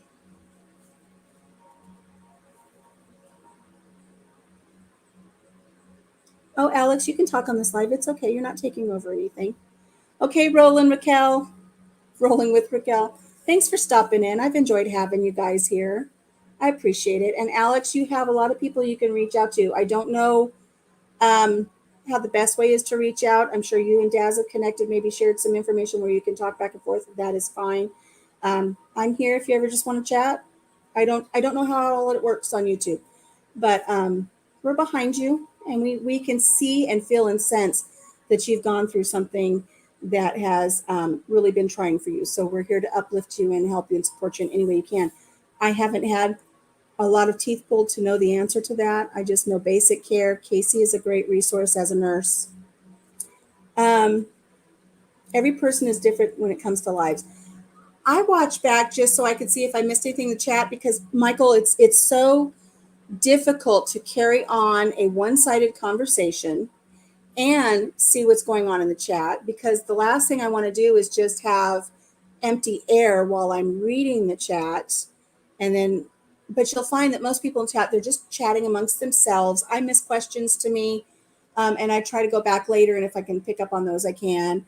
Sometimes it's just funny to see the interaction that goes on back and forth between people, and it gives me an idea of what I need to talk about next time. Um, but yeah, I go back, but I mean, this is 2 hours. Where am I going to find 2 hours to sit back and watch all of this again? Um, Sometimes I just don't have that much time in the day. And so I have to hope I haven't done anything wrong or offensive. I'm sure somebody will point it out to me, maybe in a private message if I do, because if they say it in the chat, I'll miss it. All right, Michael, take care. I waited till very few people were in here to ask. Alex, don't feel that you need to do that. You're among friends here, okay? Ladybird Stone. You must be talking to Daz. So I will share that I know personally of quite a few people in our little live chats here. We're all dealing with something. And back and forth in chats, we've done our best to be there for each other, be a sounding board for each other, just a sense of support, or at least to let you know that you're not alone. So you are welcome to have that sounding board in this forum. Okay, Alex, I've been worried about you. I know I asked Daz to check up on you because that one time you said you felt like you were talking to yourself, and I certainly didn't mean to not interact with you. Sometimes the chat goes by so quickly, and while I'm talking, I miss so much. And it's not an intentional, disrespectful thing. It's just I miss it. I miss it. Oh, the one I painted, the ladybug. Yes. Isn't she cute? I'm going to be doing another one, Rambling with the Brooms. Said they want the next one to be orange. So I'm going to be doing an orange one next. But I just find that I've got so many little things that are tugging me in so many different directions. I still need to paint a barn quilt for along the river. I need to get all of this canning and freezing done, and the garden and the big barn quilt and a new ladybug. And what problems to have, right? What problems to have? I'm healthy, got air in my lungs right now. So what problems to have? But I do have to find time to do all of them. So I'll be doing another ladybug, and I will be doing more canning. I'll be doing some of these meals in a jar coming up. If you haven't seen the video of Papa Jim eating a guinea egg, you got to go check that out because that's kind of fun.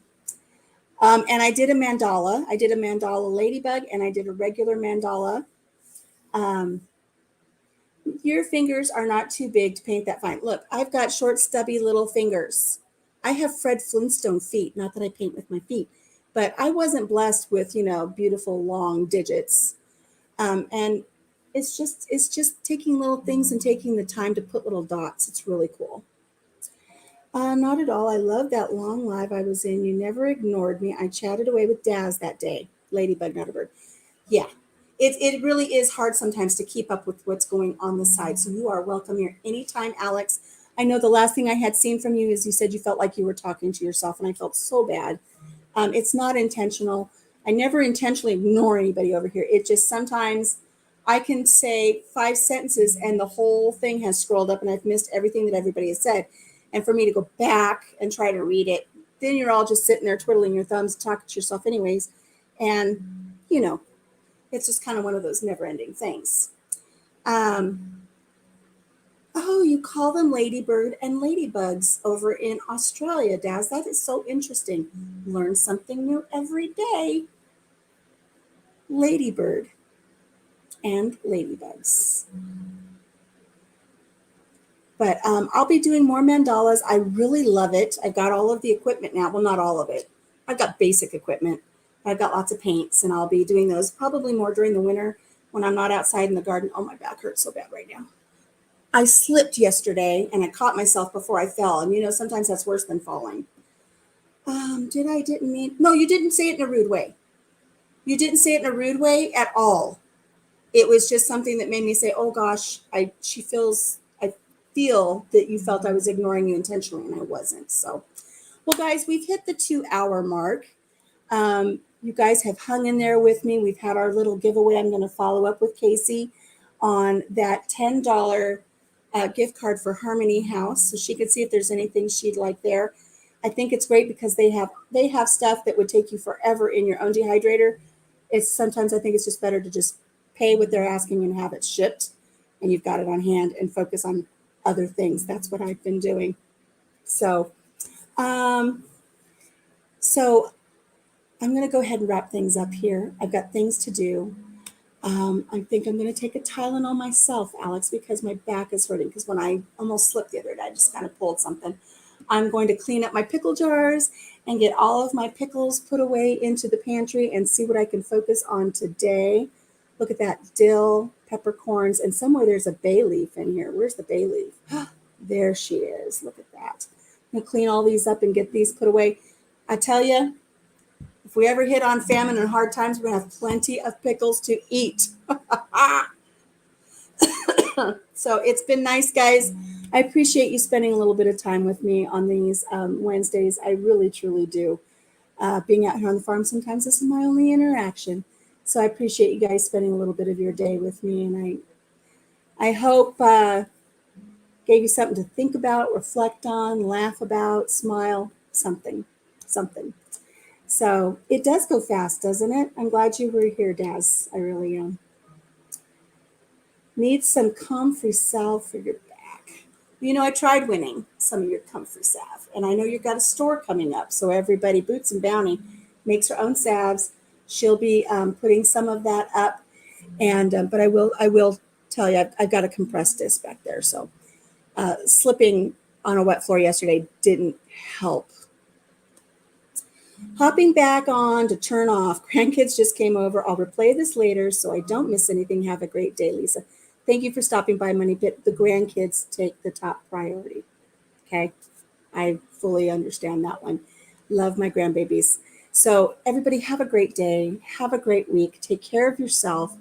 Take care of each other. Be there for each other. Especially during these times right now. Sometimes this is all we have is each other through forums like this. So don't ever be afraid to reach out. If I can answer you, if I can talk you down, off the edge, or just make you laugh, I will do that if I can. So I hope everybody has a great week, and I will talk to you next Wednesday, okay? Take care of yourself. Bye. End broadcast.